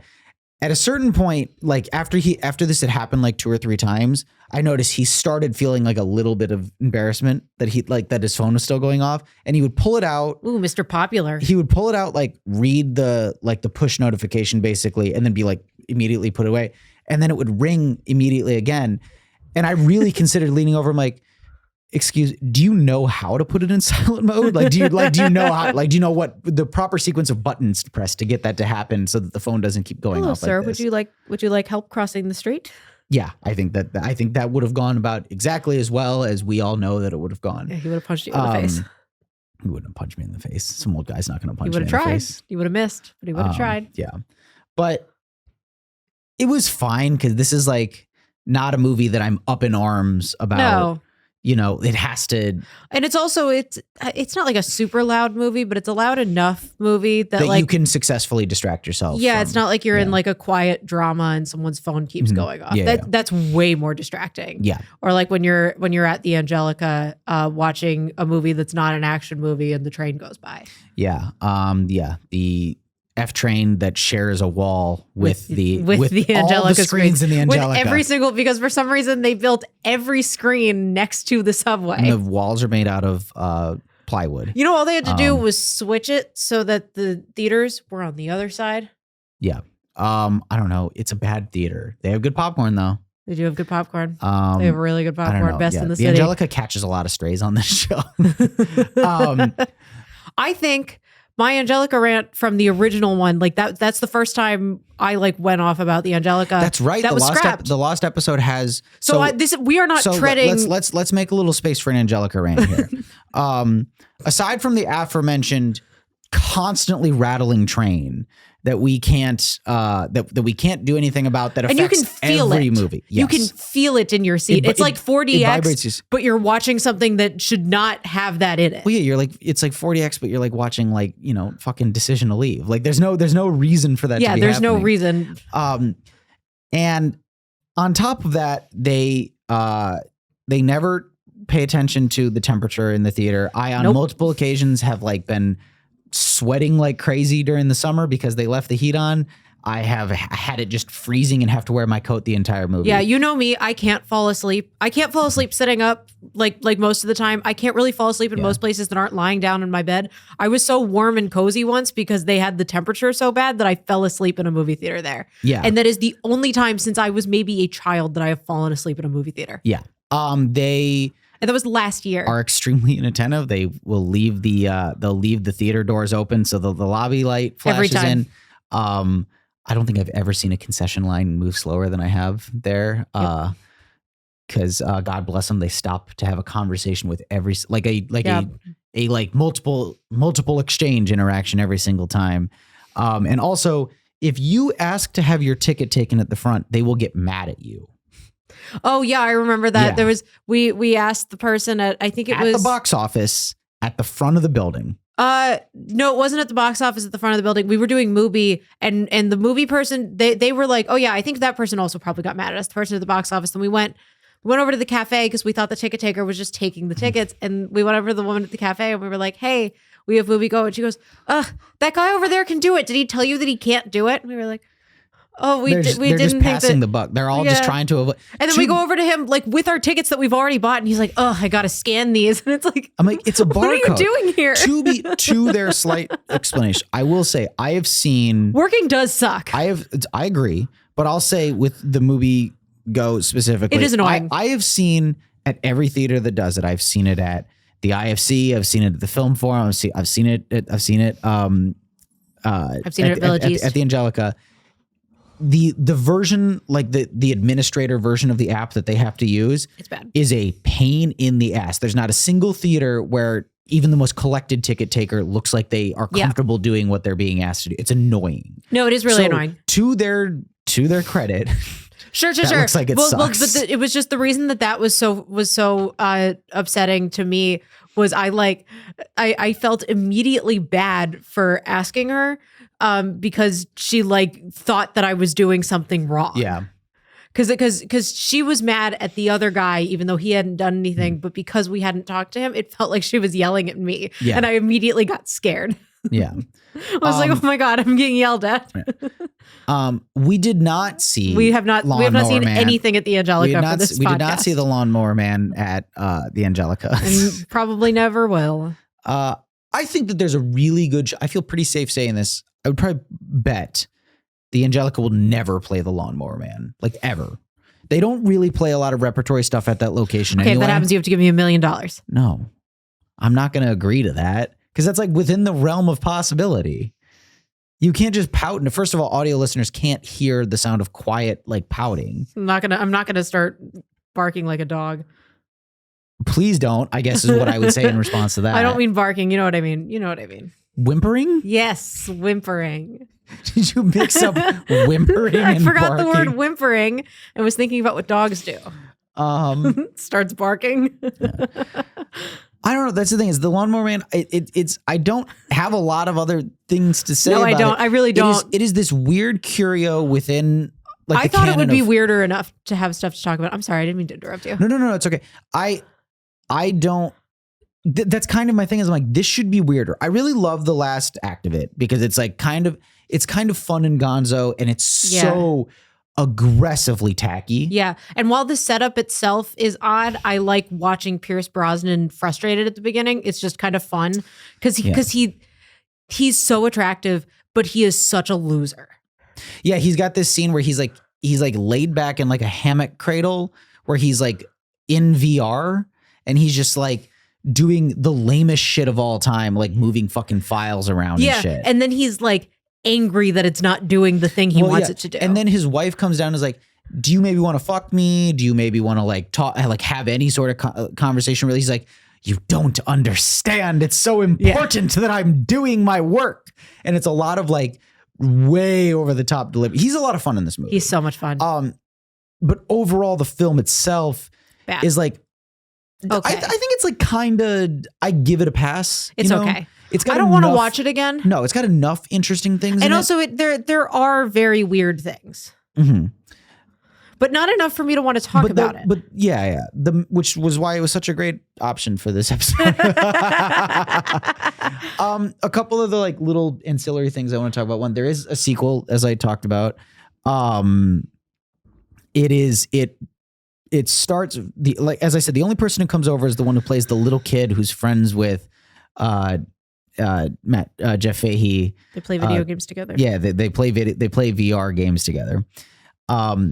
That kid is now a teenager, and he makes it's I told you, I really tried. I could barely pay attention to this thing. Totally. Jobe is now outside of cyberspace, and he's trying to, I think he's trying to like do the same thing to enslave humanity, but at the same time stop this like corporate guy who keeps talking about how much he hates Democrats, like really explicitly is like, I hate those Democrats. Can you do it? At one point he has a line that's like, can you do a computation to tell me how many hypocritical Democrats are millionaires? And he's simultaneously trying, I think, to get out of cyberspace that he's trapped in, but at the same time thwart this other scheme that I can't remember all the details of, to be honest. It's got some cool things to it because like it's funny that it'll be like it's set in the far future, but the kid who's like, I don't know, maybe 8 or 10 in the original movie is like, he's like John Connor, like he's like 12 or 13, and they'll be like, in the distant future. And it like looks like something out of like AI, artificial intelligence. And it's got this, like these honestly like kind of fun, like kind of like, like trash future, as in like everything is futuristic, but it's like so overly commercialized and there's just like literally garbage everywhere. It's got kind of that aesthetic and it's kind of fun. But overall, the most significant things I can think of is that it invents 2 key phrases here. One, the VR glasses that they wear are called iPhones, like spelled EYE phone. And they keep saying, they're like, where's your iPhone? Put your iPhone on, right? Like they keep saying that over and over. And then the other phrase, when you go into virtual reality and you go out of virtual, you popped in and like heard this phrase on the TV a couple of times. You jack into virtual reality and you jack off from virtuality. And also part of what I heard was them just being like, I'm jacking. Yeah, they would just say jacking. Well, there's this one scene. I think you were listening. Like, is it like literally? It's like, what, you got a problem with jacking in? What, you don't want to jack in? Come on. Oh, what? Why? Because he's just jacking off right now. Oh, come on. It's time for you to jack in. They keep saying that, just over like and over Shakespeare, coming up with all these wonderful phrases that we end up using. But I feel like that's probably the most significant thing I will remember about this movie. I do want to throw in to touch on the problematic elements from the first movie that kind of recur here. The way that this resolves is they killed the business guy who hates Democrats. And then they find a way to pull Jobe out of cyberspace by basically re-disabling him, which causes him to no longer be evil. Oh. Yeah. And like the movie, like 6 seconds after they do this, ends with all of them like looking off at the sun, and he's like in this 6 seconds, Matt Frewer takes over the Jeff Fahey role, finds a way to be more offensive in that 6 seconds of like looking out at the sunset as a disabled person than Jeff Fahey does in the entire opening act of the first movie. Well, it's quite bad. I bet that's super comfortable to watch. It's quite bad. I really wouldn't like, and it's not even like the kind of fun bad that parts of the first movie are. Yeah. I really can't, like, this is There's no scene where someone wears shorts while another guy's wearing a suit and tie. Yes. This thing is, it's like barely a movie, and it dares you to watch it. Yeah. Like it's really a couple other little things I want to talk about. One, you're familiar with the concept of dollar babies, right? Yeah. I'll just do a quick explainer. Stephen King, early in his career, sorry, I don't want it to sound like I'm over-explaining, but I know you're explaining it to them. Everybody You're will explaining know. it to them, but I want you all to know I'm going to explain it to her. But yeah, exactly. Just so everyone knows, he did ask me and then proceed to what exactly is the definition of mansplain. Yes. Well, not everyone listening is a girl. Probably not many. It's just me. It's you and my mom. My mom listens to this podcast every week, which is crazy because which is why we're both getting frantic calls right now asking when we got married. Which is crazy because she catches strays on this podcast all the time. I love your mom. She's great.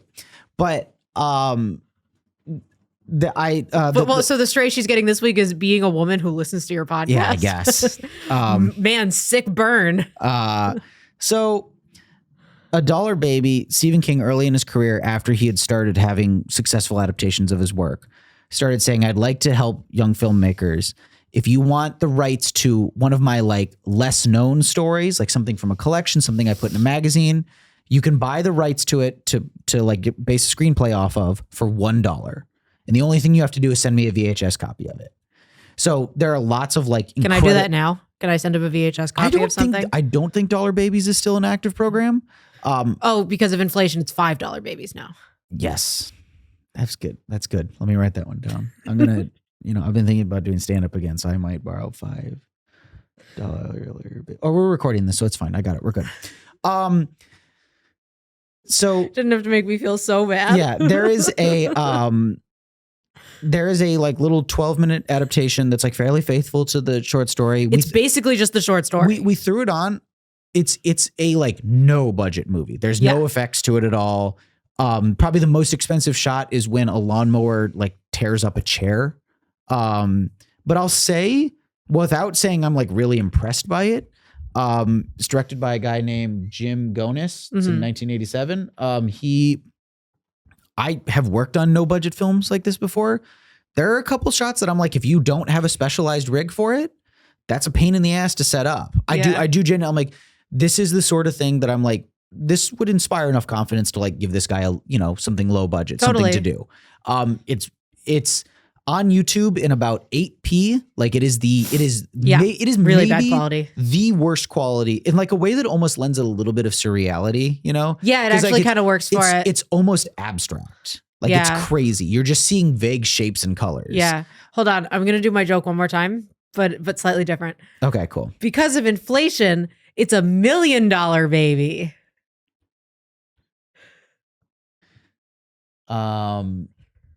Okay, I'll see you at home. So the short is from 1987.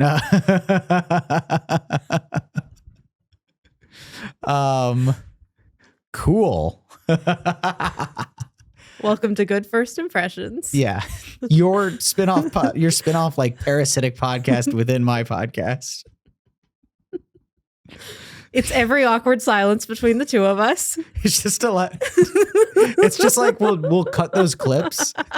It's an audio 5 minutes only. of silence. It's an audio only show. Before we totally move on from Lawnmower Man. You want me to do it again? Do you want to do the joke again? You know what? No, escalate it again. Oh, I don't want to. I can't. The only reason. No. It wouldn't be funny because $1 million baby is like a thing. That's why I was doing it. I would think by the law of like progression in comedy, if you said $1 trillion babies, that would be that. But what I'm saying is the reason it's funny is because $1 Million Baby is a movie already. I know that, but I'm saying trillion is funnier than a million. So the reason it's bigger. But the reason it's an escalation is because it's got a second layer to it. That's not an escalation. That's a de-escalation because then that's just the same joke as the first one. So escalation means going up? Yes, Trillion's but I'm bigger going than million. I'm going up in terms. I'm fucking with you. Did I have to explain that I'm fucking with you? I'll see you at home. Is that you're gonna be your like little catchphrase, like your character? I'll see you at home. My character becoming the worst person with the worst merch that just says "I'll see you at home" and like in like Times New Roman. I'm gonna start embroidering. We make one of these shirts. I think we should move on from this movie. I want to touch on one last thing. Okay. There is an episode of Community that the entire A plot is basically just the Lawnmower Man that the dean gets caught in. Is that the A plot or is that the B plot? I'd say that's the main thing going on. That's more than there's a subplot about Britta not being responsible. I thought the Britta thing was bigger, but maybe I'm just kind of. Either way, doesn't matter. It's pretty equal. I'll say, having seen this movie, some of those jokes hit a little bit better. I enjoy it. It's also the episode is so much better than the movie. The episode is better than the movie. Significantly. So it makes it more fun to watch. It's an extremely specific parody. I think all we're doing is outlining the reasons why Community didn't really work commercially as a product. Yeah. You're telling me that a parody of The Lawnmower Man wasn't commercially successful? No. This aired on the famed streaming service Yahoo Screen. You can put that up there in the pantheon of like just fucking went nowhere. Yeah. They made like 3 things. They made like a Paul Feig show. They made the 6th season of Community, which bankrupted them. And they made like a basketball comedy TV show. And I think they might have had like a John Stamos talk show. Sure. And, nobody wanted to go. I will say, because I was like a community, like I loved Community when it was coming out. I watched these things on Yahoo Screen. It is the worst streaming service. Like literally the ads will happen like mid-sentence and then they're like 4 minutes long. And then, and then like you'll come back to it, but like, it'll be like in the middle of a sentence, like in the middle of a word, you didn't know what the person was saying. So if you try to scrub back even 15 seconds, it will then just play the ad again because you've scrubbed back to before it. That's horrible. You don't have to watch these on Yahoo Screen. You watch it on Hulu. Yeah, you can watch it on Hulu. Or you can watch the rest of the show. We fucking got to stop doing free promo. We can't keep advertising for Cracked and for Hulu. Oh, Jesus. But yeah, I don't know. Then Hulu, please pay me. I'm telling people to go watch Community. That would be great. Yes, the biggest show on Hulu, Community Season 6. Yeah, everyone's favorite. I actually like that season a lot. I do too. I'm just saying that's not like the thing that people are like. No, nobody else really does. People like it. But I don't know. I know there's a lot of people and people that I don't have similar taste to who like seasons 1 through 4 and not 5 and 6, but people who I have similar taste to like both 5 and 6. I know some people who I think 5 is kind of weird and 6 is a return to form. 5 is really weird. Yeah, I like both. What I'm saying is that seems to be amongst people who are more like us. More people like 6 than 5. Yeah. Community, watch all seasons but 4. Sorry, I do love talking community politics. Yes. I love Community. Me too. I thought we would just do a quick speed round of movies we have seen since the last time that you were on. We'll do we'll go through the ones I've seen without you, and then the we'll segment is 40 minutes long where you tell me all the movies you've seen without me. Actually, like, because I was going through, since we went and saw The Curse, cutting out movies that I did like for coverage for episodes. Yeah. I've seen 3 movies without you since then, which is a lot lower than I would have guessed. Yeah. So because the rest of them are for episodes. So I went and saw All of Us Strangers, a really good movie that I was really sad to see didn't get any Oscar nominations. I thought you were going to say you were sad to see it without me. I'm sorry that you couldn't come. I don't know. It's a good time. I don't want to spoil too much about it. I did genuinely think that Andrew Scott was going to get into the Best Actor race. I love it's him. it's a bummer that he didn't. But it's an easy recommend. I saw the film The Settlers, which was just a random thing happening at the movie go. It's a pretty ugly, nasty film that I don't really think has anything super strong to say. I think it's an easy skip. And I saw The Beekeeper, which I would like to dedicate a moment or two to. Is a movie where the bad guy is tech bro Hunter Biden. But the movie's politics seem to be to tell you, the trailer uses a kind of like magnified cover of Head Like a Hole. Like, I don't know if it's supposed to be that they're like playing up the identity politics of Jason Statham, the most British sounding accent of all time. He's a blue collar American just like you. And he's going to go, like beat up these like guys who say words like crypto and meeting. Like that's like crypto and meeting. It's so deliriously stupid. I think it is kind of the ideal January movie in my mind, where I'm like, sure. It's not good. It has no actual aspirations to be and good. I'm very happy I didn't see it. I'm happy that you had a good time too. Yeah. That's the right type of movie for you to see without me. It has bad politics on both sides that are so confusing and ill-defined that state of confusion that it puts you in actually makes it a good time. Yeah. You know what I mean? It's like, wait, what? I thought you were dumb this way. And then suddenly it's dumb a different way. But those are the only things I've seen since we went and saw The Curse without you. Things we saw together. We've really only got a couple minutes for each of these, but I feel like they're worth doing a rundown. Mean Girls, a movie we touched on earlier. I don't think we need to. Neither of us had seen Dogtooth. Weird movie. Now, this is a movie that we had actually toyed with the idea of doing an episode on. Yeah, I'm glad I didn't have to talk about it for too long. I thought it was a good movie. I don't really have anything to say about it. It's a good movie, and Yorgos is on our mind because Poor Things is in the Oscar contention right now. It's also probably my least favorite Yorgos. That you've seen? Yeah. I think I've seen everything Dogtooth on. It is a deeply unpleasant movie. It's unpleasant. Very well made. Yeah. And my discomfort is not me saying the movie's bad. I think the movie is good. I'm just very uncomfortable with the movie. Yeah. For obvious reasons. If you've seen it. At the time of the announcements, the only Best Picture nominee that neither of us had seen was Past Lives. We went and saw it. I'm pretty cool on it. I don't know what your opinion is on it. Yeah. I think I said this to you the other day. It has, to me, I had never seen either of these movies. Past Lives and All of Us Strangers have similar vibes to me. And I kind of wish I had seen All of Us Strangers. In my opinion, it's the better of the two movies.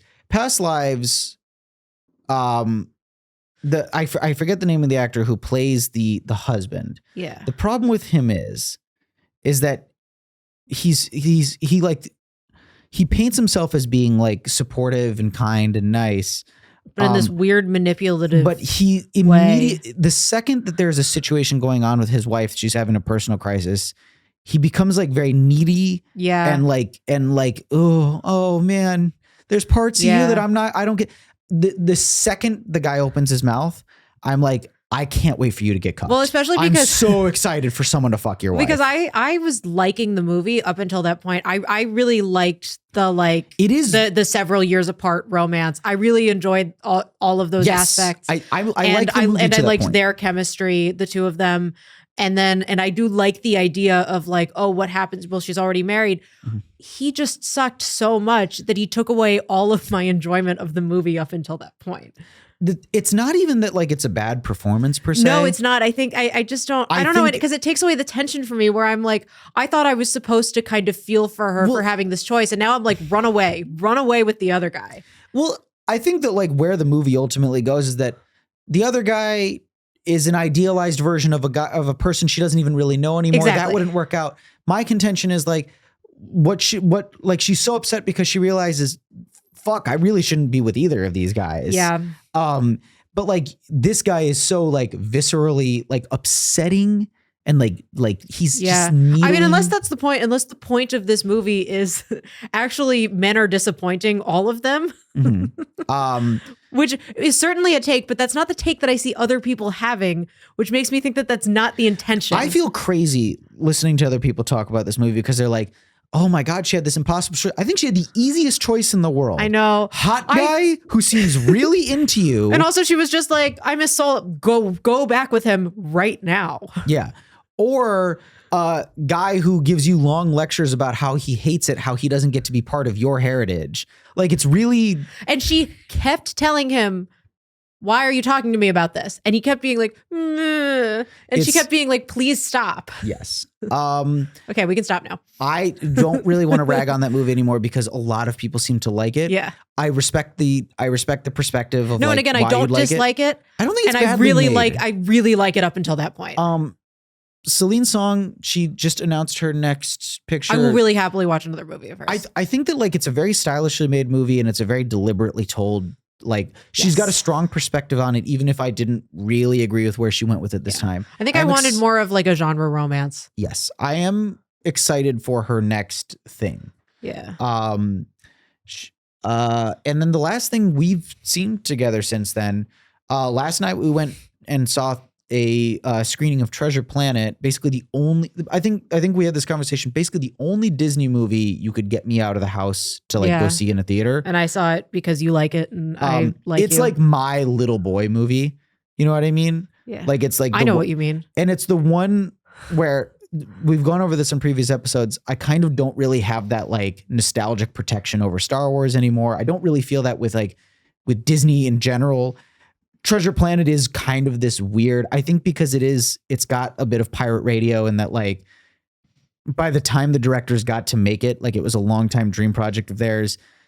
Disney was like, if you just promise to like go make a normal one, can you just get this stupid thing out of your system? it really feels like it was made against the wishes of the people who financed it.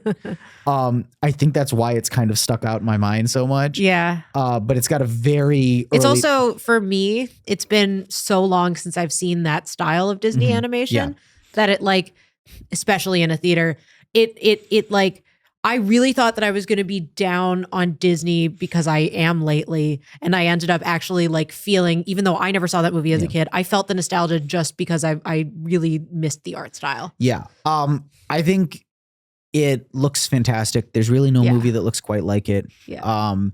And it's really just a ton of fun. And it's one of the few movies that for me I still have a positive association with in terms of like movies that I just watched on repeat as a little kid. Yeah. It's a fun time, but that's all the things we watched together. That's kind of the rundown since the last time we went to the Curse. I think this is fun. I actually loved doing like a rapid fire going through these. I ask you this question a lot, but it's the last question I ask everybody. So if you want to add one more to the list, I'm happy to keep asking you. Yeah. Because You're like, me. yeah. Okay, cool. I'll keep asking. So what crazy, never going to happen, obscure screening that if it's happening somewhere in the city, we have to drop everything, go see it, and then do an episode on it? What movie is that for you? Kathy Rigby, Peter Pan. Kathy Rigby's Peter Pan, which I think you described last night as your equivalent to Treasure Planet for me. Vaguely remember I watched it every single day when I was a kid. This was like a bootleg VHS that you had. I don't know if that one was bootleg. All my Disneys were bootleg. You'd have to ask my mom. But this was a VHS that I had of a legal recording of the theater show. Okay. Yeah, if that is playing anywhere, I feel like that's not the live action with what's her name? Allison Williams. Not the live action with Allison Williams, which is an adaptation of the same thing. Yeah. But not that. Specifically the Kathy Rigby one. Yeah. Thank you. Okay. The Kathy Rigby Peter Pan. That's a very you choice. I will say. I don't think anybody else is giving me that one. Why would somebody else give you that one? Somewhere out there has someone to be has someone seen it, who I'm has sure. a little girl watched the Kathy Rigby Peter Pan on repeat. Sure. And hopefully we can find her for you so that you can find the only other person so like we can you. Be friends. So that we can go program the Kathy Rigby Peter Pan together. Yeah. Please. That being said, I had a fun time at Lawnmower Man. I'll tell you this. I did not predict that my like baseline level enjoyment of Lawnmower Man would be more than like Argylle, which I didn't exactly have high hopes for. I thought I was going to have but fun. I wasn't expecting to be as like upset with as I was. It was boring and bad. So sorry we went to go see Argylle. We probably could have skipped that one. Look, I'm only ever going to watch Lawnmower Man once. I'm glad I did it in a theater. Yeah. You know, sure. it was a cool time. And those visuals are like, they're worth kind of being overwhelmed by in a screening room like that. And it was worth having an elbow in my side the entire runtime. I can do that for you at the next movie. Don't, please. Any final thoughts on either of the movies, on any of the screenings we've discussed? I've said way too much about both already. Yeah. Especially the first I wasn't one. agreeing with you. I was agreeing collectively that I think we've said enough about both of these two things. I think we have. I don't want to say anything else. Any other final thoughts? Anything else? No? Do you want to plug anything? Follow my crocheting account, Lily's Crocheting IG. I finished this sweater. Yes. It'll be on there soon. Yes. She always posts the new stuff she does, and you are like finishing projects like frequently. Yeah. Also, new development. I started knitting. Really, really exciting information. Yes. For everyone listening. She's revealing this on the Argylle episode because Argylles are knit those are knit, right? They should be. Okay, they're knit sweaters. Okay, perfect. Okay, I think that is it. I want to say thank you to Lily Steinberg for helping to produce the show and managing our social media and constantly putting herself on the FBI watch list for the promotional images she makes for each episode. I want to thank Kristen Eng for our logo artwork. And that being said, this has been Bad First Impression. You can find us on all socials at BFI Pod. Please help the show by rating, reviewing, and following us on Apple Podcasts, Spotify, basically wherever else you get your podcasts. And if you're watching this episode the night before on YouTube, remember to like, comment, and subscribe to our channel. And also hit the bell in the corner to get notifications for when we drop new videos. If you have any questions, suggestions, or thoughts, if there is a theater that we haven't been to, if there's a type of movie that we're kind of ignoring that you want us to look out for, anything like that, reach out to us, message us on Instagram or other socials, or you can email us at mailbag@bfipod. And if you send in questions, we will be sure to read them on the air. So anything that you want to throw out there, we're happy to bring it up on the show. As always, I've been Devin Warner, your host. You can find me on social media at WhatIfDevin. And until next time, we're the real Agent Argylle. Maybe I won't see you at home. Yeah, maybe you won't see me at home. Okay. Do you want to do one for Lawnmower Man? I am God, I guess. Access denied. Access denied. All right. Well, bye, y'all. Next time.